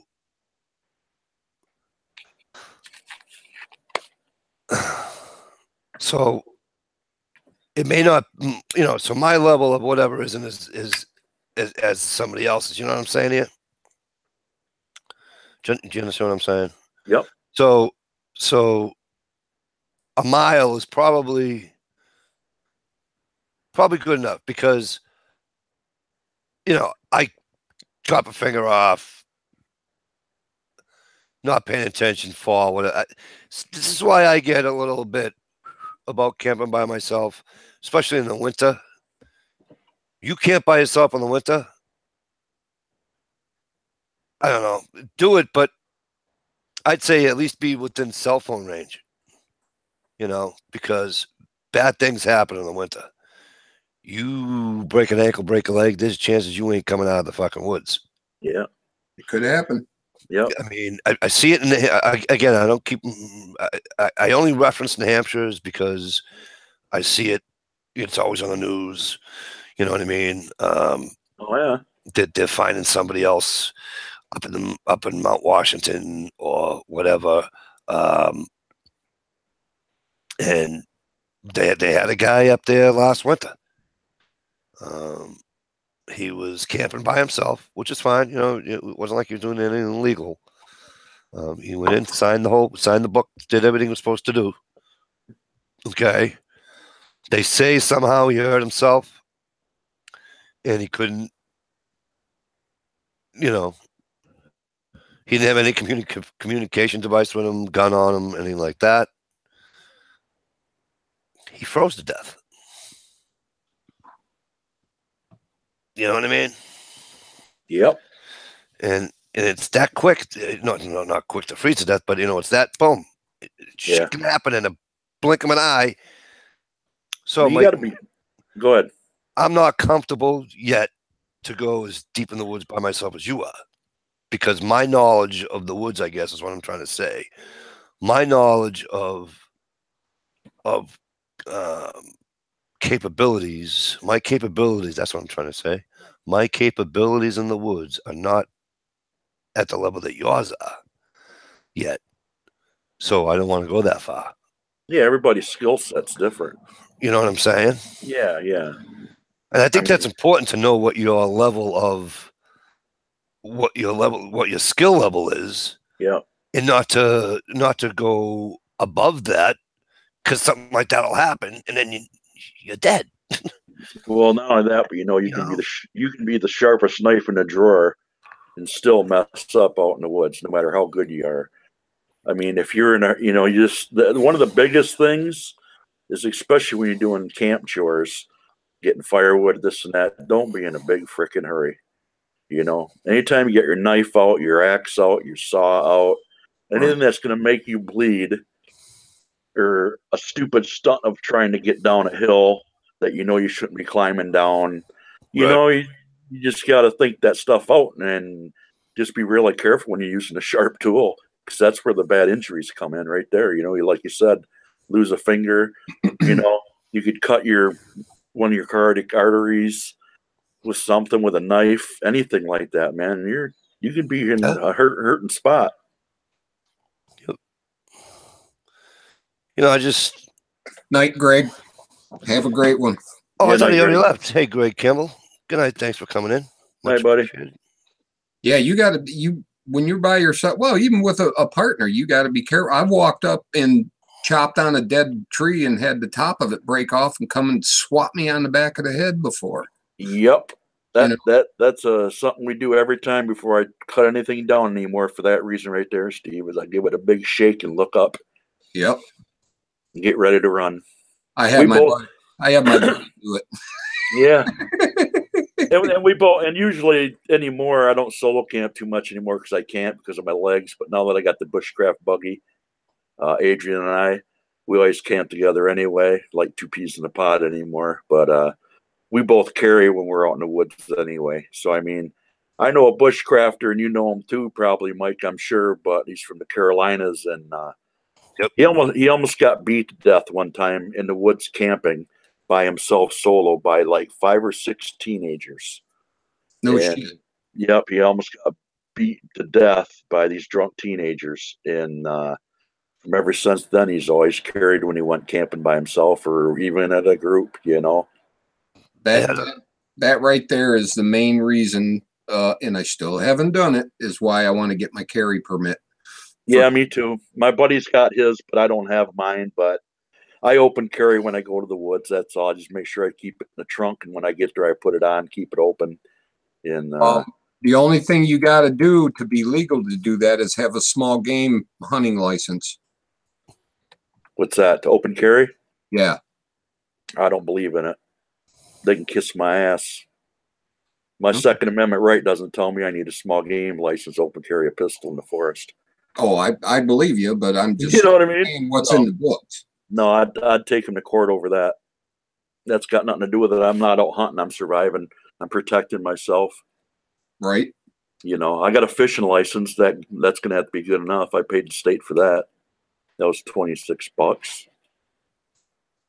That's just like deer hunting. To go deer hunting, you got to have a freaking small game license to package. Yeah. Do you have to do that with fishing also, or can you just buy a fishing license? Nope, it's a complete package. Trout stamp and everything now. All species, even sturgeon. Really? Yep. Yep. So if you win the lotto, if you're in a lotto to get a permit or to be able to fish sturgeon, if you catch one and you're not in the lotto, say you're just out fishing, you catch a sturgeon, all you have to do is release it and report it to the DNR that you did catch one to be legal. To be legal. They changed a lot of the rules. Jay Watt, I just PM'd you on YouTube. Please go read it. But yeah, I've never heard of that one, Steve, about the small game gig with open carry. Yeah, it says it in the I'm talking if you're walking in the woods. All right. On the street. Can you guys back up a second? And also, because you guys, Johnny, you just said that. I'm reading what Shalisa just wrote. Shalisa says, I miss when you could get a fishing license without paying the trout stamp. Right. Now it's a package deal. You got to get everything in one. Okay. You still go spend $10 on a fishing license. Now it costs you $26 for all species and trout stamp because the state of Michigan is money hungry. Okay, but Massachusetts sucks, as we all know, for certain reasons. However, when it comes to their gaming, and I mean gaming as in hunting and fishing and all that, not... Yeah. I get to take 2 deer, $2 plus a bunch of doe. Okay, when I buy a fishing license, the only thing that doesn't cover is the ocean.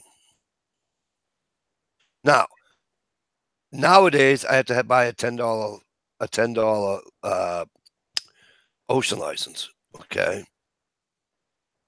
Years ago, you didn't have to. You fishing in the ocean, you never needed a license, unless you're commercial, or unless you're catching lobster.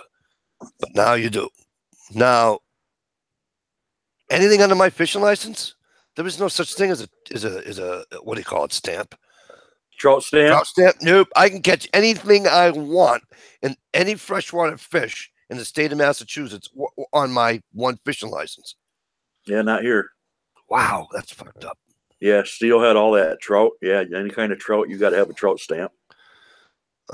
Indiana Patriot, haven't seen you in a while. Always a pleasure to see you.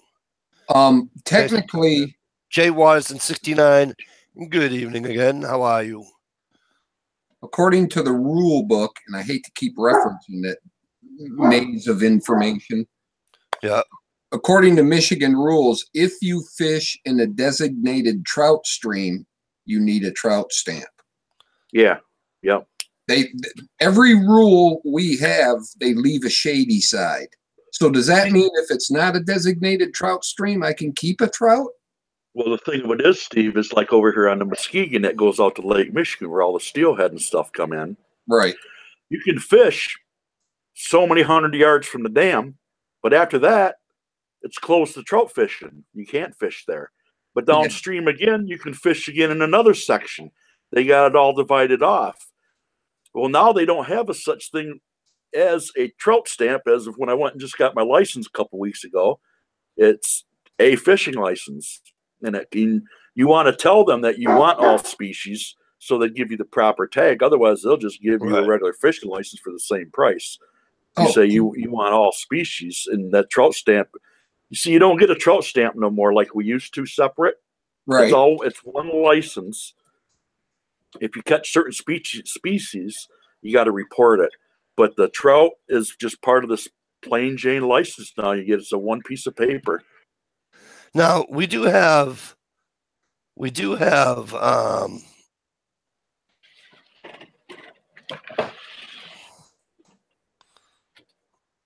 Cool. Nathan says $48 for a fishing license in California. Oh, I could believe it.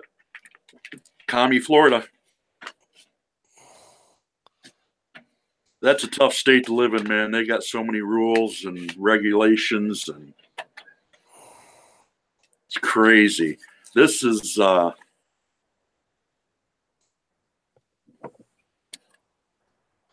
that's all you get, Steve. That's it. $26. All species. That's what I got. That's all you get now. You don't get a separate trout stamp or nothing anymore. All right, good, because that's the same thing. Yeah, I've been missing a lot of chats, Mikey. Hope to be able to watch them again. No problem, bro. We're always here. I was saying that HNRE 42 was here earlier, brother. All right. Listen, we all know we all get busy. Don't worry about it, man. I'm just happy to see you. You know. I'm glad to hear that's not that way, Johnny. Now, do you guys must have the same thing we have, though, right? Like certain rivers and streams are fly fish only. Half, like we have a particular river. Half of it is fly, half of it is anything. Yeah, I think they got something like that. I'm not sure Okay. about that though. Steve might know more about that. You can canoe down the Asabo River, and they put signs out of on the side of the river, artificial lures only. Yep. And then 100 yards up, it's okay to use a hook and worm. And then another 100 yards up, they change it back. You know why? Because their beds are in there. Yep. Because their beds are in there. Their beds. Oh, got you. Yep. That's exactly like here in Massachusetts, in New Hampshire does the same rule. Not the same weekend, but they do the same rule. There's a weekend that you can only use worms. No artificial lures. Huh. For a whole weekend.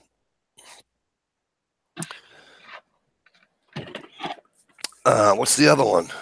Yeah, you gotta be a lawyer to understand all their You can't rules. fish. You can't fish bass. You can't fish for bass. I think now. No, May. Because it's spawning. May to June, I think. You can't fish for bass. Anybody here from Massachusetts in here or New Hampshire, help me out. I know I'm right because a buddy of mine didn't get ticketed or anything like that, but he got questioned on what he was fishing for, and he caught a smallie, and he said, I didn't keep it, I threw it back, which he did. But the warden told him that he couldn't do it because of spawning, and I want to say he said it was May to June. Is it May to June? Fuck, I'll have to look it up.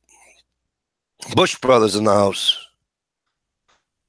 Gear Gryden says, local trout stream has 3 zones. 1 for live bait, power bait, and rubber works. The other 2 zones, flies, dry flies, single hook, rooster tails.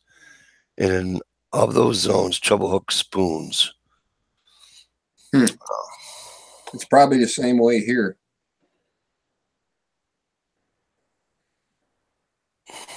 Then they even regulate the size of hooks.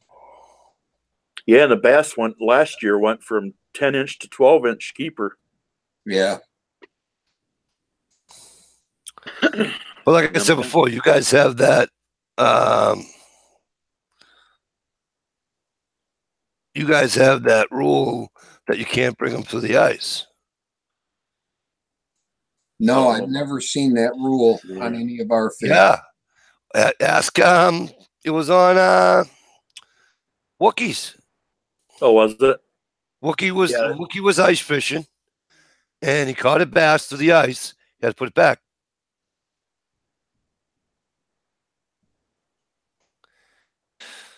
Something about you guys can't. No, we have a bass season. During the winter, the bass is out of season.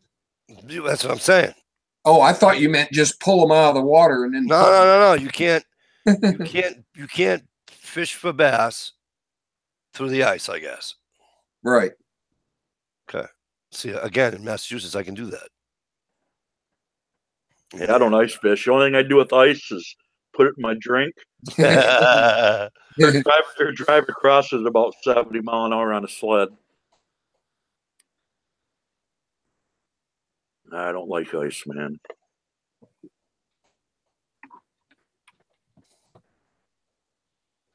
Two things in 2 ways I don't want to die. I don't want to burn to death, and I don't want to drown. I don't either. But now both of them, the experts say technically you just go to sleep. Oh. Yeah, well, they say freezing to death, you'll just sit down and lay back in the snowbank and say, oh. And I've almost been there before. I've actually caught myself saying, all right, this is comfortable. I'm going to sleep. I'm tired of walking. Good night, Shalisa. The worst thing to do ever. Yeah, that drone gasping for air and No, hold your breath till you pass out. Yep. And the whole panic part I kind of don't like. Yeah, I don't like digging, especially if it's a river or something. You're clawing at the ice and your fingers are bleeding. And choking and yeah, been there, done that. No thanks. Kia said that there's a couple down his way from Massachusetts at his work. He says they didn't have the Bostonian accent. Okay, Gia, I'm going to tell you why they didn't. The western part of the state of Massachusetts, they all talk funny.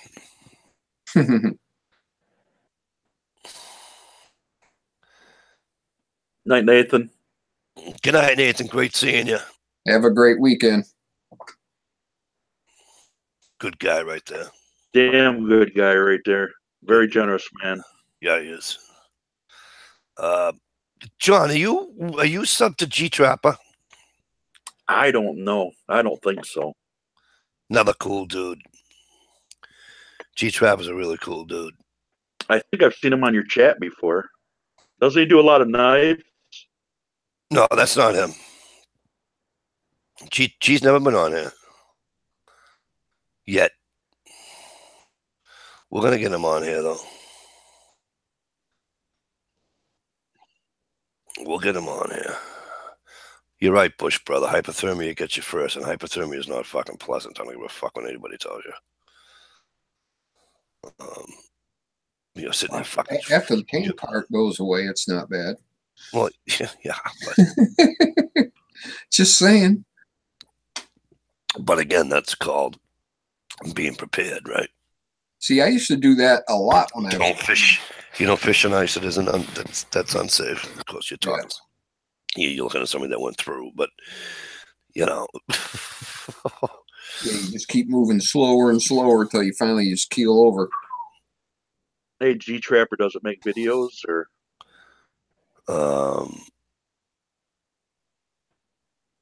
yeah, no, he's got the videos of. Let me see. How do I go back to? I got on him. I found him here. You just go over to his name on the side chat and get by it and click on that 3 dots, and they'll tell you to go to his channel. Oh, there's like 5 of them up here, but there's Good night, V-Borg. Dark Horse Spearing My Son. Yep, they do spearfishing and shit. Oh, okay, yeah, Bowfish Buffalo with Captain Dot. My bad, I said spear. Bowfish, same thing, right? Yeah, same thing, right? Good night, V. Quite successfully too. Not many yet. No, you're getting there. You're getting there, G. You're getting there. No, he said, tell him that G's got, man, all you gotta do is start making some videos once in a while. It looks like it's been about a year. You're making some videos, brother. I'll give you a shout out. I just subbed you, so I'll check you out and make a video, man. He's a cool dude. Yeah, heck yeah. Shake your HP in the house. How are you, Shake? Gear says he's got 8 vidjets. Vidjets. He's got more than me. Uh-oh. You hit the wrong button. Who, me? No, John. John did. Jesus.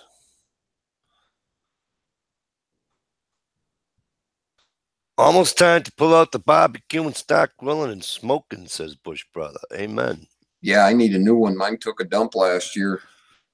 I'm going to have to start shopping around. Good to hear, Shake. Good to hear. Good to hear. I love seeing everybody back in here. Hey, Shaker, guess who was here? HNRE was here tonight. Guess who else is here? Indiana Patriot. I think Indiana's still here. Isn't that cool, though? See, all you guys are like, well, who are all these people, Mike? Well, all these people were on either YouTube prior to me or the same time as me. What's this button do? Yeah, but what I just did, I disappeared, man. I was on G Sharper's channel, and then Poof. so they're going backwards. I hit the X button. Trapper said, you know what? Bang.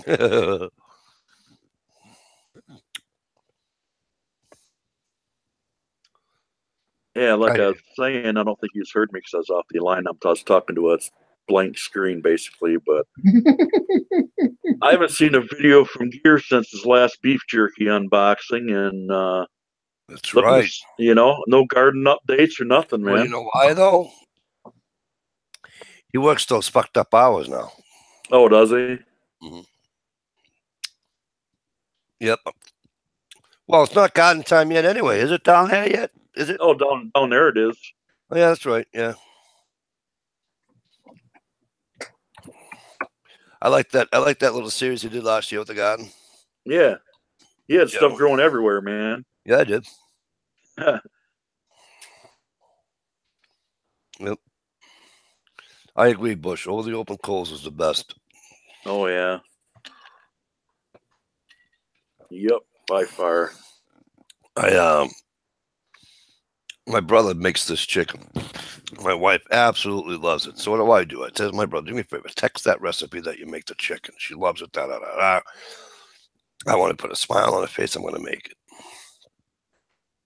He texts it. I cook it. Don't taste it. It don't taste the same. She was like, oh, honey, it's good. It's just not Christopher good. I'm like, thanks, babe. I call my brother. He goes, how'd it come out? I said, she said it was good, just not Christopher good. He goes, hee. I'm like, yeah, great. He goes, what you do? I goes, I don't know. I said, Christopher, I put that grill down nice and low. I made sure I didn't burn, well, there's your first mistake, idiot. He says, you used a grill. I use open flame. Ah. I swear to God, that was the difference. Oh, yeah. Because you don't get the smoky flavor. You don't get the,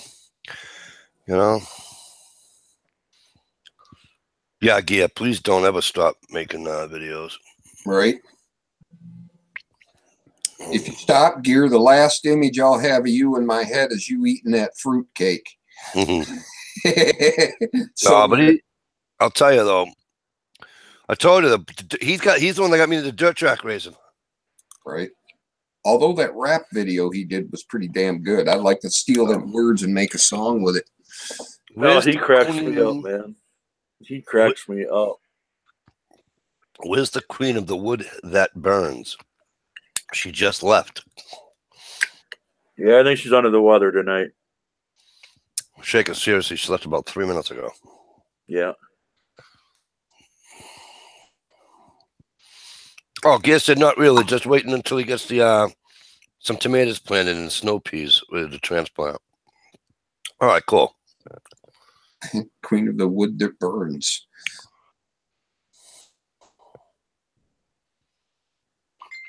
The wood of the fat. Yep. Nature's gasoline, as I call it. Man, I found some stuff the other day. It's like freaking napalm. It's awesome. Yeah, I was talking to Shalisa one night in her chat. And I love sitting when I'm sitting there hunting. And you know, look, I'll just look around, and all of a sudden, you know, you see them fucking white pines, and they just fucking, they got them bubbles of fucking juice just waiting for you to go, doo, doo, doo, doo, doo, doo, doo, with your knife. Yeah. And I do it all the time, you know, and it's just, and you sit there, you're fucking around because nothing's happening, you know, and you're trying to find something to fucking do, and the next thing you know, you got this fucking fire going, and, you know, but I like that that piece of fat wood that Steve was turning the other day on his lathe that you could see. yeah, that was cool, right? Yeah. I think a lampshade would be the bomb. You need to do that, Steve. Yep, I agree. That's one of my goals. I want to do a couple different styles. I want to do one with rounds where you slice them off real thin. Yeah. I have a plan for that. I just got to get all the stuff together, and then I want to try another one. It's hard to, I'll have to make it like slats or something. Why is that, Steven? Well, my lathe, I'll have to buy a new lathe if I want to make a 20-inch lampshade or something, because my poor little lathe just won't take it. Well, that's not true. Yeah. Too tiny. Yeah. And with something that big and that thin, you're so apt to blow it up. It's not even. I watched some guys making some of that stuff before online, and they got that light on constantly. Yeah. Shining through that wood so they can see their thickness, but they got a hell of a gouge, and that thing's long, and they got, like you said, they got a monster lathe. Right. You know, they're cutting them, making them lampshades out of some massive chunks of firewood. Yeah, no kidding. Yeah, when I get settled on this house and all that stuff and get my monthly all straightened out and all that, I'll end up buying a big lathe. I've always wanted a big one. I'd like to have one the size you got. It's nice for the money. That little sucker's tough, man. Hey, Bush brother, if you wind up making horseradish this year, will you do me a favor? We'll do a video on it. I love me some horseradish, man. Me too. My dad used to make some up every year. We had it growing in our yard. Wild horseradish. Yeah. I love that on a Reuben. Oh, yeah. You know, a little pastrami or something on a Reuben, a little fucking, yeah. I carry a bottle of mustard, mayo, and horseradish sauce in my bushcraft cooler. Nice. When you go camping, to put that flavor. Yep. You need it. It's comfort. Yeah. Comfort food. I'm going to the woods to enjoy myself, man. I'm not going. I don't have to prove anything to myself that I can go out there with a 10-pound pack and spend the night. You know, I don't want that. Ain't no fun. I don't. You know, I don't get into it anyway. I want to go enjoy myself, man. Kick back. Yep. You know. Yeah. Absolutely. You're out there to enjoy yourself. You're not out there surviving. It's not like, you know. Yeah, I did that crap in my younger days. You know, you were dropped out of a fucking airplane and have to survive. You know, you did this on purpose. Yep. Why shouldn't you be comfortable? Yep. You know, it's like me. I won't do an overnight unless I go out and get the cot first, you know? Uh-huh. And people are like, Mikey, first of all, I'm 50 years old. I don't have the best back in the world, and Mikey's not sleeping on the fucking ground. Yeah, I just bought a new sleep pad. I just bought a new light speed sleep pad this spring at tax time. I haven't got to use it yet, but man, it's like 3 inches thick. It's got like some type of memory foam inside. It's self-inflating. I got to sleep at night, man. Yeah. I'm 54. You know, I have a hell of a time getting up off the ground. There you go. You're with me. You know? And it's like, I want to be comfortable. Yeah. Yep. Plain and simple. My days sleeping on the ground went bye-bye in my 20s. Fucking right. Yeah. Hey, P. NASCARs, what's up, buddy? Well, hey, what's up?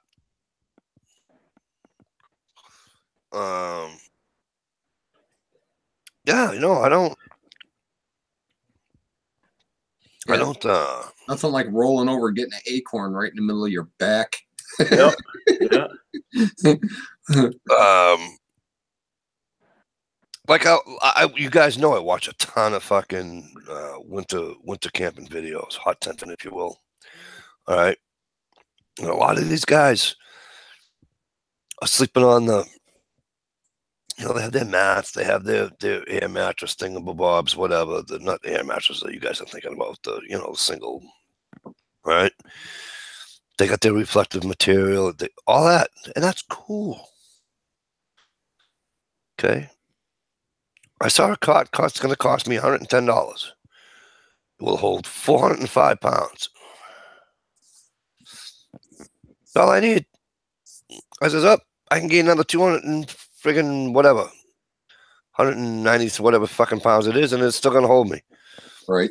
I'm happy. Yep. Comes with its own pillow, right? Little, which I'll tell you that story in a minute, but comes with its own little pillow. It's got the little compartment, little baggage for your phone, your butts, your flashlight, whatever, right there. Boop, boop. Oh, but Mike, you don't want to, you're not pulling that through the woods. You're going there. Just, why can't I? Put it on my sled and go. It doesn't weigh 15 pounds. Right. I'm not hiking the friggin' Appalachian Trail. I'm not watching my weight. Yeah. I'm pulling a sled. If I could pull a deer, or not me, because I haven't shot one in a while, but if I could pull other people's deer out of the fucking woods, I could pull a fucking sled. Just saying. That's why we built that bush buggy, man. Yeah, you guys did an excellent job on that. It works awesome. Works awesome, man. No more hauling that crap on my back. I can walk twice as far now. My legs don't hurt me half as bad. Right. Yeah. And then when you're at camp, you can use it for carrying firewood or rocks for the burn pit or whatever the hell you want. You want to go shoot a deer season, you can haul it out. Yeah. So and again, it's more comfort in your case, right? Yeah. It's physically more comforting. Yeah. Because it's making your time even that much more enjoyable because you're in far less pain. Yeah. So I mean, it's whatever works, whatever whatever your experience. Because my whole point about especially what we was talking about earlier, right? When I asked you to tell your story there, there's a lot of people that I see writing on people's videos, right? Like somebody wrote one to John Robinette and asked, it was really a silly question, but I didn't want to, it wasn't on my channel. It was addressed to him. Why would I answer it, right? And he said, "Oh no, you need to do your homework wherever you're staying. Yep. You need to know what the weather's going to be, what it's could be, and you need to prepare for that. You want to go spend a weekend out in the woods, go spend a weekend out in the woods. Yep. Okay. Just make sure that you know what's coming of you ahead of time. Yep. I'm not going to go to the woods knowing a thunderstorm's coming. Fucking right. Right. Who would, right? I went one time last year for that reason to test a big tarp out, but I wanted to test my new camel tarp out I had. That's different. And it worked, and it did the job. But even simple things, I bought one of them little Stanley coffee presses. You know why? Because I'm sick of drinking shit coffee in the woods, drinking instant or spitting coffee grounds out of cowboy coffee. Right on, man. No, I got real coffee, man. What life is good. You know what I'm saying? I mean, it's just the simple things. Yeah. Yeah, they can make or break your day or your mood. It's like the other thing about being comfortable, right? There is a difference between winter camping and hot tenting. I want a hot tent bad. Okay, exactly. And here's why I want a hot tent, not winter camp. I don't want to be fucking cold. I want to enjoy myself. Yep. So well, I sleep anyways, right? And that's why. So therefore, I want to do the hot tent. And again, I am not knocking anybody that's done it. Plans on politically incorrect in the house. What's going on, brother? Great to see you. I have no plans to sleep in the cold. No. Okay. There's a group of people that do it. They hammock in Minnesota. Sugary, Shug something. All right. Him and a bunch of people do it on YouTube. It is literally minus 20 something degrees outside. They wake up, they have icicles coming out their nose, their nostrils. I'm not even joking. Go watch them, I swear to God. And they hammock. Good for you, have fun. Just not me. I think getting together in the winter, having a grand old time is fun. Bonfire, it's all fun. Sleeping like that to me is not fun. Put me in a tent with a stove, I'm in. That's just me. Right. Yeah, hot 10 equals weight, but again, Don, I don't care about weight. That's why I just typed in hot 10 equals comfort and warmth. Yeah, you can stay a couple extra days if you want to. Put it to this way, okay? You got a sled if you're pulling it. I'm not talking about using. No, you don't need a pack mule. I'm not talking about using.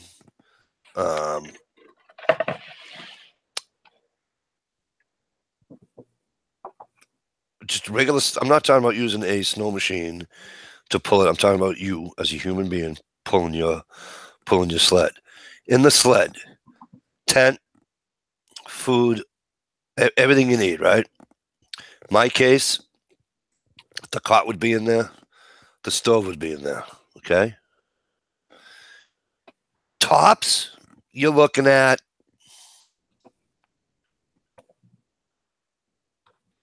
maybe 300 pounds.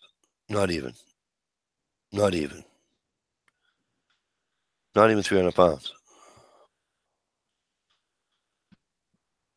Now, you're on snow.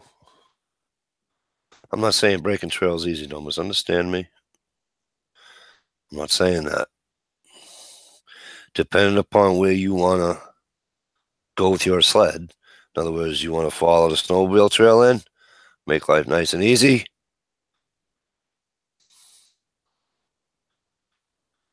Yeah, there you go. Some people use four-wheelers now. That's awesome. Now, I can understand that super cold weather camping just to see if you can do it. They do it every year. Do that out in my backyard. I don't have to go 5 miles out in the woods. Quagmire, something. They do it all the time. I think it's fucking phenomenal. Just not me. Hats off to them, but yep, just not me. They have the. Matter of fact, I just watched a video. My new buddy Reaper Militia. Yep. Just did it. Out in the cold, baby. Nothing but a bag and a fire. And a little tarp over his head. Saw that. I've been watching his channel too. And the first thing he said was, "Holy crap, it's effing cold." Yeah. Who's that? Reaper Militia. Never heard of him. He's newer to YouTube. Seems to be a good guy, and his videos are straight up uncut. If he cuts his finger, it's going to be on video. I really like his stuff. Yeah, it's the way to go. Yeah, but he just went out and spent the night up on the mountain in the snow with a fire and a sleeping bag and a tarp and a little tarp over his head, a survival blanket. And he said it didn't work too good because it was freaking cold. Yeah. I don't care if you have one of those, what do you call it, wool blankets? Who's the company that puts out the $400 wool blankets? Yeah. They're all right to throw over your shoulder by the fire and stay warm at night. Yeah. Because right. I don't care if you have 3 of those. It's fucking cold. Yeah. That's so overrated. It's nuts. Yeah, wool keeps you warm when it's wet, but I don't plan on being wet in the wintertime. Good night, Shaker. Gear. Stevie talks about the guy being uncut. Let's check out to Mikey. Well, Gear. It's Stevie. He's not just our local meth head on his chat. He's our local meth head on this chat too. Right. Hudson Bay. Hudson Bay. Thank you very much. I don't care if you have 3 Hudson Bay fucking wool blankets and it's fucking 25 degrees Fahrenheit. You're fucking cold. I don't care. You're fucking cold. Right. And Mike, that's something you might think about. If you use that cot in cold weather, get something under you that's warm, because you're up off the ground and that cold air is going to get under you. Well, what I was going to do, which I haven't seen anybody do yet, right? And I got this idea because of hammockers like John. Okay. The hammock people have underquilts for the same exact fucking reason. Right. Okay. So I said to myself, if hammockers, you like that word, hammockers? I like that word. Kind of like hammocker. Hammocker. People that hammock, if they're using underquilts for that reason, why wouldn't you use it if you were in a cot? Right. Here was my thought process. You know the reflective material? I can get that shit like that. My brother works for the place that sells it. You get a strip of that, you know, like the bubble foil. Right, Reflectix. It's cheap. Yeah, right. It's the shit you wrap your fucking trunk duct with. Yep. Okay. Take one of those, Stevie, right? And either suspend it, do something underneath the cot as an underquilt. Or just lay on it. Right. I mean, I can do both, right? But that way there, my backside ain't going to be like you're saying. Yep. See, I do like the Three Stooges and just get me a 50-gallon drum and build a fire in it and put my hammock right over it. And who did I see? I'm trying to figure out whose channel it was. Don't even laugh. It's just gospel truth. They were hammocking in a tent. I swear to God. Hammocking in a tent? Hammocking in a tent. Huh. I was confused. Was that a long time ago? No, it's about 2 months ago, 3 months ago. Oh, I'll have to go back on my videos and look at it. In my history. Or I'll just do it on the search bar. It was a girl. She had her hammock in a tent. Wow, that's different. I mean, I wouldn't mind if it was like pouring rain, but maybe that was her comfort thing. She wants to be in the hammock, but didn't want to be in the tent, but she feels the walls of the tent will keep out the things that go bump in the night. I don't know. She didn't want to be a bear burrito. You know? Did I hammocked in my van before? Strung that sucker up kitty corner, front to back. I think I slept in there. I think it was 5 nights. Don, do you politically incorrect? What do you? First of all, if you don't mind me asking, what do you have for a stove for your tent? And second of all, what are you burning?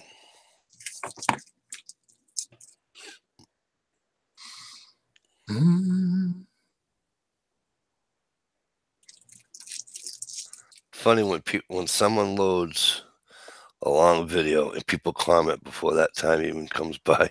No shit, right? I see that a lot. On long videos, I have to kind of make notes and watch the video. I like long videos. I start making my comment and then I add to it and add to it. Yeah, I'd pause them and I comment, and then I kick it back on.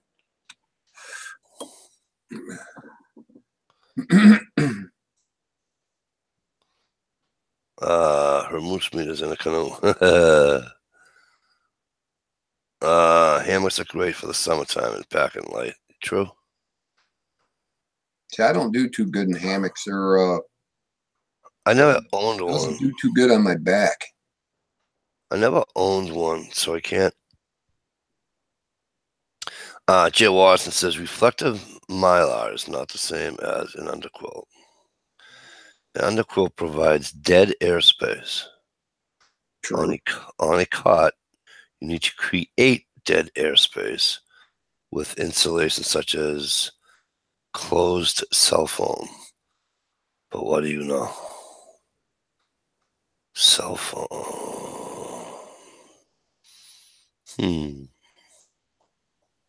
Okay, I did not know that. Yeah, he's got a point. Makes sense. I was just, well, maybe that's why I couldn't figure it out, because I'm like, I can't be a genius. Well, that And think I'm the only guy that know, either the only guy that knows that you had to put something underneath the cot to keep. Our The more space you got, you know, layers and space, and Right. and if you do, you get a proper underquilt that fits you and fits your hammock properly. It shouldn't be tight when you lay down in it. It should be, like he said, it should have some air in between, some airspace. Okay. Stevie, now, what? was that stuff you were talking about, Mike? The big giant bubble wrap stuff? No. Oh, okay. The stuff I'm talking about, Stevie, right? It's a good ground barrier, ground sheet for sure. Yep. Stevie, it's 1/4 inch thick. Yeah. However, it's breathable, so it's squishy. Okay. Actually, I lied. It's not breathable. It's squishy, shiny on both sides like tin foil. All right. I don't know what you have for a heating system in your house, but if you have forced hot air, okay, and you have trunk line, chances are it might be wrapped. Right. I've seen that. Okay, this is not the silver one, not the gray one. The gray one's just regular wrap, but the silver color, that's all that is. The other thing you can use those that a lot of people do, Stevie, is actually people use them for koozies. Like we call them koozies in Mass. You guys call them cozies. That's fine. Same thing. I call them a beer holder. Right? People use it for their coffee cup to keep their coffee or soup extra warm. Yeah. People use it as a reflector. Not just the one that you lay on. I'm talking about, I've seen guys actually adhere that to the inside of their tent. Okay. Right. To reflect the heat back down. It's stuff works presser, and it's multi.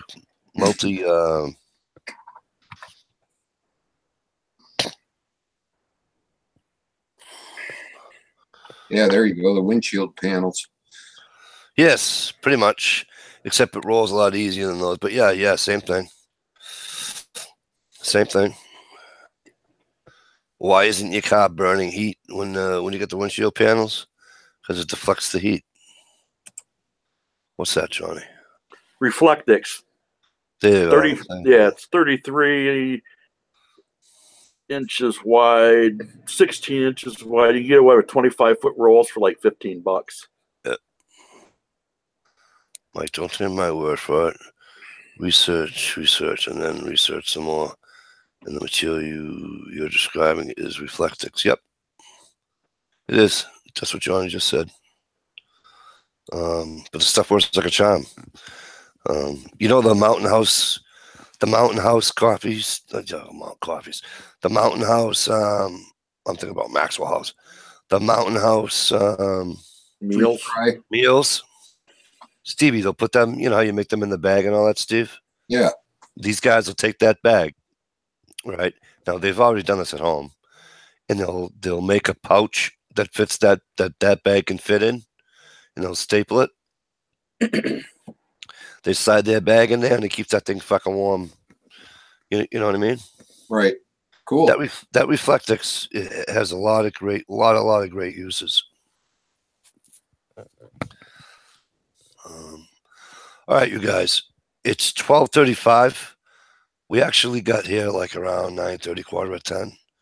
So we've been on late. So we're gonna sign off, but I got to tell you, Before I do that, I want to thank Johnny for coming on. Obviously, Stevie. Stump was still waiting for you, bud. I don't know what happened. He said start without him. I started without you. You never came. Yeah, thanks for having me. Hey, you know that anytime, brother. You got an open invite since the day I started. You know that, my friend.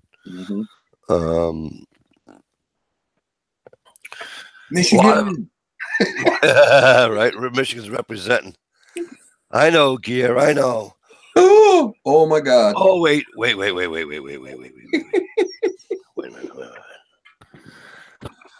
Hello, Amanda. Hello, Yeah. Hello, beautiful. Better late than never. I know. She just made my whole night. She's awesome, people. I like Amanda.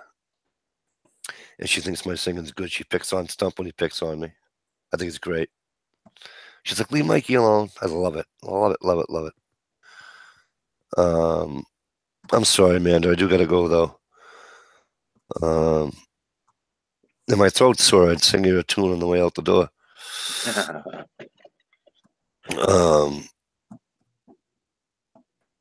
But there's so many people here that I haven't seen in a long time. Indiana Patriot, HNRE 42. Who'd I miss? Well, Shake was here, but he's been here, on and out. But I'm on it 135. Up north 60. Up north 60. I just think it was cool to see you guys. It's always cool to see you guys. It's always cool to see everybody, but to see people you haven't seen in a long time. Jay Watt, I don't know where the fuck he's been hiding. He decided to come out of his friggin' shell. It's just awesome. We had a good fun chat tonight. Yeah. It really was. If for those that missed it, if anybody wants to see my driving record, go talk to MJP. She'll help you out with anything you want to know about my driving record, all right? All right. Amanda, I'll sing to you tomorrow night if this voice is better. All right. I promise. But for now, listen, hope you guys have a good week. Don't forget tomorrow night, Stevie's Chat, 9:30 Eastern Standard Time. Hope to see you there. If we don't see you there, we'll see you next Friday night. All right. But enjoy. Johnny, always a pleasure. Stevie. Same here, man. We shall talk to you later and enjoy. Peace.